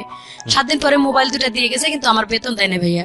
পরে মোবাইল দিছে, মোবাইল ওরা নিয়ে ঢুকাই রাখছে এবং আমাদেরকে একটা বাড়ির মতো আছে, ওইখানে আমার মতন আরো অসহায় 55 জন মহিলা, মানে আগে থেকে 60 জন 70 জন আসতেছে যাইতেছে এভাবে 5 মাস আমি ওখানে কষ্ট করে আসলাম। ওখানে আসে দেখলাম আরো দুর্দশা অবস্থা। আরো যত মহিলারা আছে তারা 8 মাস 9 মাস ধরে আছে এবং তারা 2 বছর কন্ট্রাক্ট শেষ করছে, ওদের বেতন দেয় নাই। 3 My বছর goodness. 2 বছর যখন শেষ হয়েছে দেয় নাই, তখন আরো 1 বছর কাজ করছে একজন 55 বছর মহিলা, ওনার বাড়ি বগুড়া। ওই খালা এখন ওখানে বর্তমান 7 মাস পার হয়ে গেছে, 8 মাসে পড়ে গেছে এবং বাংলাদেশে কোনো যোগাযোগই করতে পারে নাই। এই আমি আসার 1 সপ্তাহ আগে ওদের সাথে ঝগড়া করে আর কি দেয় 2 মিনিট 1 মিনিট একটু কল দিয়ে যে আমরা ভালো একখানে আছি, বেশি কথা বলতে দেয় না, 2-4টা কথা বলে যাতে কাটে দেয় যে আমরা ভালো আছি, এইটুকুই মাত্র যোগাযোগ। ওখানে আমি চলে আসছি কিন্তু অনেক মহিলা অনেক কষ্টে আছে। আমি এইটুকু বলতে চাই যে আমার যা কষ্ট হয়েছে, আমি চাই না যে ওই ধরনের কষ্ট আরো মানুষ করুক। যদি কেউ নিজের পেটের দায়ে সৌদি যায়, সবাই যে খারাপ এটা আমি বলবো না ভাইয়া, কারো রিজিকটা আমি মারবো না। আছে কিছু মানুষ ভালো, কিন্তু যখনই দেখবে যে মালিক ভালো না, 1 মাসের বেতন দিচ্ছে না, তারা পুলিশের কাছে ধরা দিয়ে চলে আসুক। আমি আপনার লিসেনারদেরকে এটা বলতে চাই যে যদি মানে কেউ অসহায় হয়ে যাইতে চায়, যাক 1 মাস ট্রাই করার পরে তারা যেন পুলিশে ধরা দেয় এবং বলে যে আমি বেতন কিচ্ছু নিব না, আমার বাংলাদেশে পাঠাই দেন। যখনই বেতনের দাবি করতে গেছি আমার 5 মাস রাখছে, ওই বেতনও দেয় না এবং 5 মাস আমি ওখানে না খাই কষ্ট করে থাকলাম। এমনকি আমাদেরকে ব্লেন্ডার করে কাঁচা মরিচ আর কাঁচা টমেটো ব্লেন্ডার করে সাদা ভাতের লগে খাইতে দেয়, একবার করে ভাত দেয়, একটা করে স্যান্ডউইচ দেয়, পাউরুটি সকালবেলা, রাত্রে একটা করে রুটি সিদ্ধ ডালের লগে। এভাবে ভাই ওখানে খায় থাকা যায়। তারপরে আপনি দেশে আসলেন কিভাবে? আমি দাবি ছেড়ে দিলাম যে আমি বেতন নেব না, আমি কিয়ামতের দিন যদি বেতন পায় থাকি কিয়ামতের দিন নেবো, এভাবে ছাড়ে দিয়ে চলে আসছি। যখন না করছি তারও 2 মাস পরে আমারে পাঠাইছে, বেতন নিব না করার পরে 2 মাস পরে আমারে পাঠাইছে বাংলাদেশে। এবং বাংলাদেশে আসছি আমি তো আমার ফ্যামিলিতে, আমার মেয়ের তো আগেই বার করে দিয়েছে তারা বাড়ি থেকে।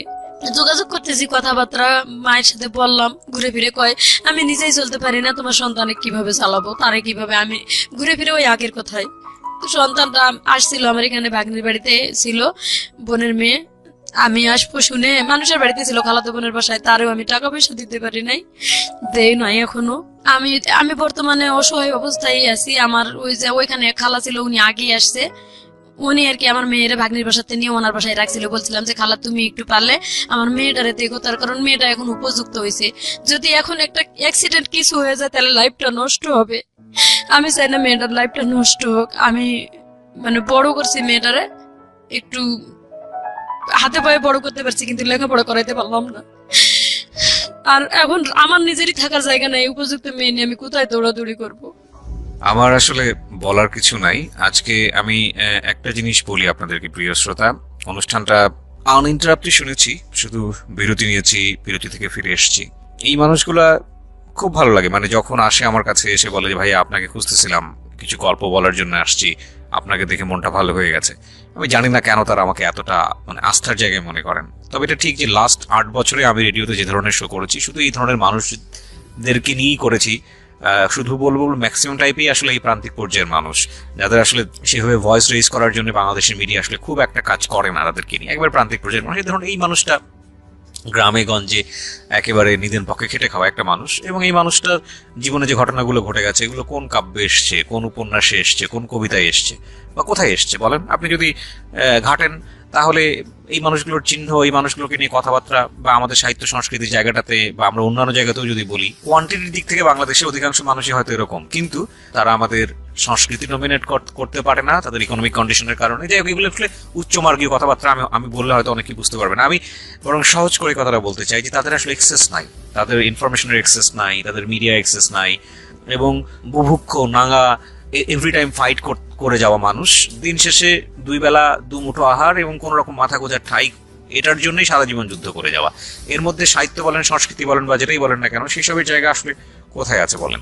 তো সেই জায়গাটা থেকে আমি শুধু একটা কথাই বলতে পারি আজকের এই জীবন গল্প শুনে, মেসেজ যদি আপনি নিতে চান সেই অর্থে মেসেজ হয়তো বিদেশের পার্টটাতে আপনি পাবেন, কিন্তু এছাড়া মেসেজ নাই। এটা একটা দুঃখ গাথার গল্প, কারণ আগাগোড়াই শুধু চরম পর্যায়ের বলা যেতে পারে যুদ্ধ বিধ্বস্ত একটা মানুষ, নিজের পরিবার নির্যাতিত, এরপরে স্বামীর পরিবারে নির্যাতিত, নিজের সন্তানকে বিয়ে দিয়েছে সেখানেও কষ্ট পেয়েছে, এবং তারপরও মার কিছু স্বকীয় সত্তা থাকে সারা জীবন জুড়েই, সেটা সত্য। আর বাঙালি নারীর মা সত্তাটা আমি মনে করি এটা বেস্ট মা সত্তা, এবং এটা সারা দুনিয়ার মধ্যেই বেস্ট। কারণ বাঙালি নারীরা যারা মা হন তারা আর যাই হোক নিজের সন্তানের জন্য সবকিছু করতে পারেন। তো উনি ওনার ছোট বাচ্চাটাকে নিয়ে আমাদের স্টুডিওতে এসছেন, আমি দেখলাম উনি বাইরে বসে আছে। তো এটা আসলে মার একটা অনেক বড় কনসার্ন যে সন্তানটাকে যে কোনোভাবেই হোক একটা ভালো জায়গায় অন্তত তার ব্যবস্থাটুকু করা।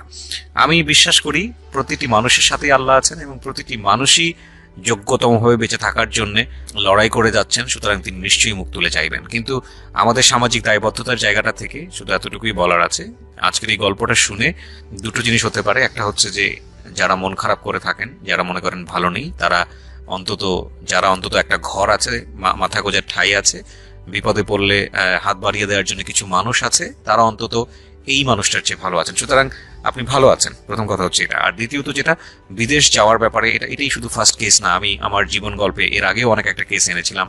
বুঝে না বুঝে আমাদের দেশের মেয়েরা কিংবা যারা বিদেশে কাজ করতে যান তারা অনেকেই ভুল পথে পা বাড়ান এবং তারপরে তারা ভিকটিম হন। আমি অবশ্যই আপনাদেরকে ইন্সপায়ার করি বিদেশে যাওয়ার জন্য, বৈদেশিক মুদ্রা আনার জন্য। এটা আপনার লাভ, দেশের লাভ, কিন্তু নিজের জীবনের ঝুঁকি নিয়ে নয়, অবৈধভাবে নয়। এবং বাংলাদেশ সরকার যে নীতিমালা করেছে, বাংলাদেশ সরকার যেভাবে যেতে বলেছে, সেটাই চেষ্টা করা উচিত। যদি হ্যাসল পোহাতেই হয়, যদি বৈধ উপায়ে গিয়ে যদি আপনার হ্যাসল পোহাতেই হয়, তাহলে আপনি বাংলাদেশে বসেই সেটা পোহান। যদি নিয়ম নীতি পালন করে আপনাকে বিদেশ যেতে হলে অনেক কাঠখড় পোড়াতে হয়, তাহলে আপনি বাংলাদেশে বসেই সেটা করেন। সেটাই কি ভালো না যে আপনি একটা অবৈধভাবে বা অন্য কোনো পথে আপনি বিদেশে গেলেন, যাওয়ার পরে আপনি দেখলেন যে আপনি একটা মহাসাগরের মধ্যে পড়ে গেছেন এবং খড়কুটো ধরে বাঁচার উপায় নাই। বরং বাংলাদেশে আপনি হ্যাসল ফেস করলে, সেটা লম্বা সময় ধরে ফেস করলেও আপনাকে কেউ না কেউ সাহায্য করার মতো থাকবে। আপনি দেশটা চেনেন, আপনার পরিবার আছে, কেউ না কেউ সাহায্য করার জন্য থাকবে। কিন্তু বিদেশের মাটিতে গিয়ে আপনি অবৈধভাবে গিয়েছেন, 10-15-20 হাজার টাকা দিয়ে চলে গেছেন, যাওয়ার পরে আপনাকে যেটা ফেস করতে হচ্ছে, এটার জন্য আপনাকে কেউ সাহায্য করার জন্য নাই। উনি হয়তো সুস্থভাবে ফিরে আসতে পেরেছেন, অনেকে সেটাও পারেন না।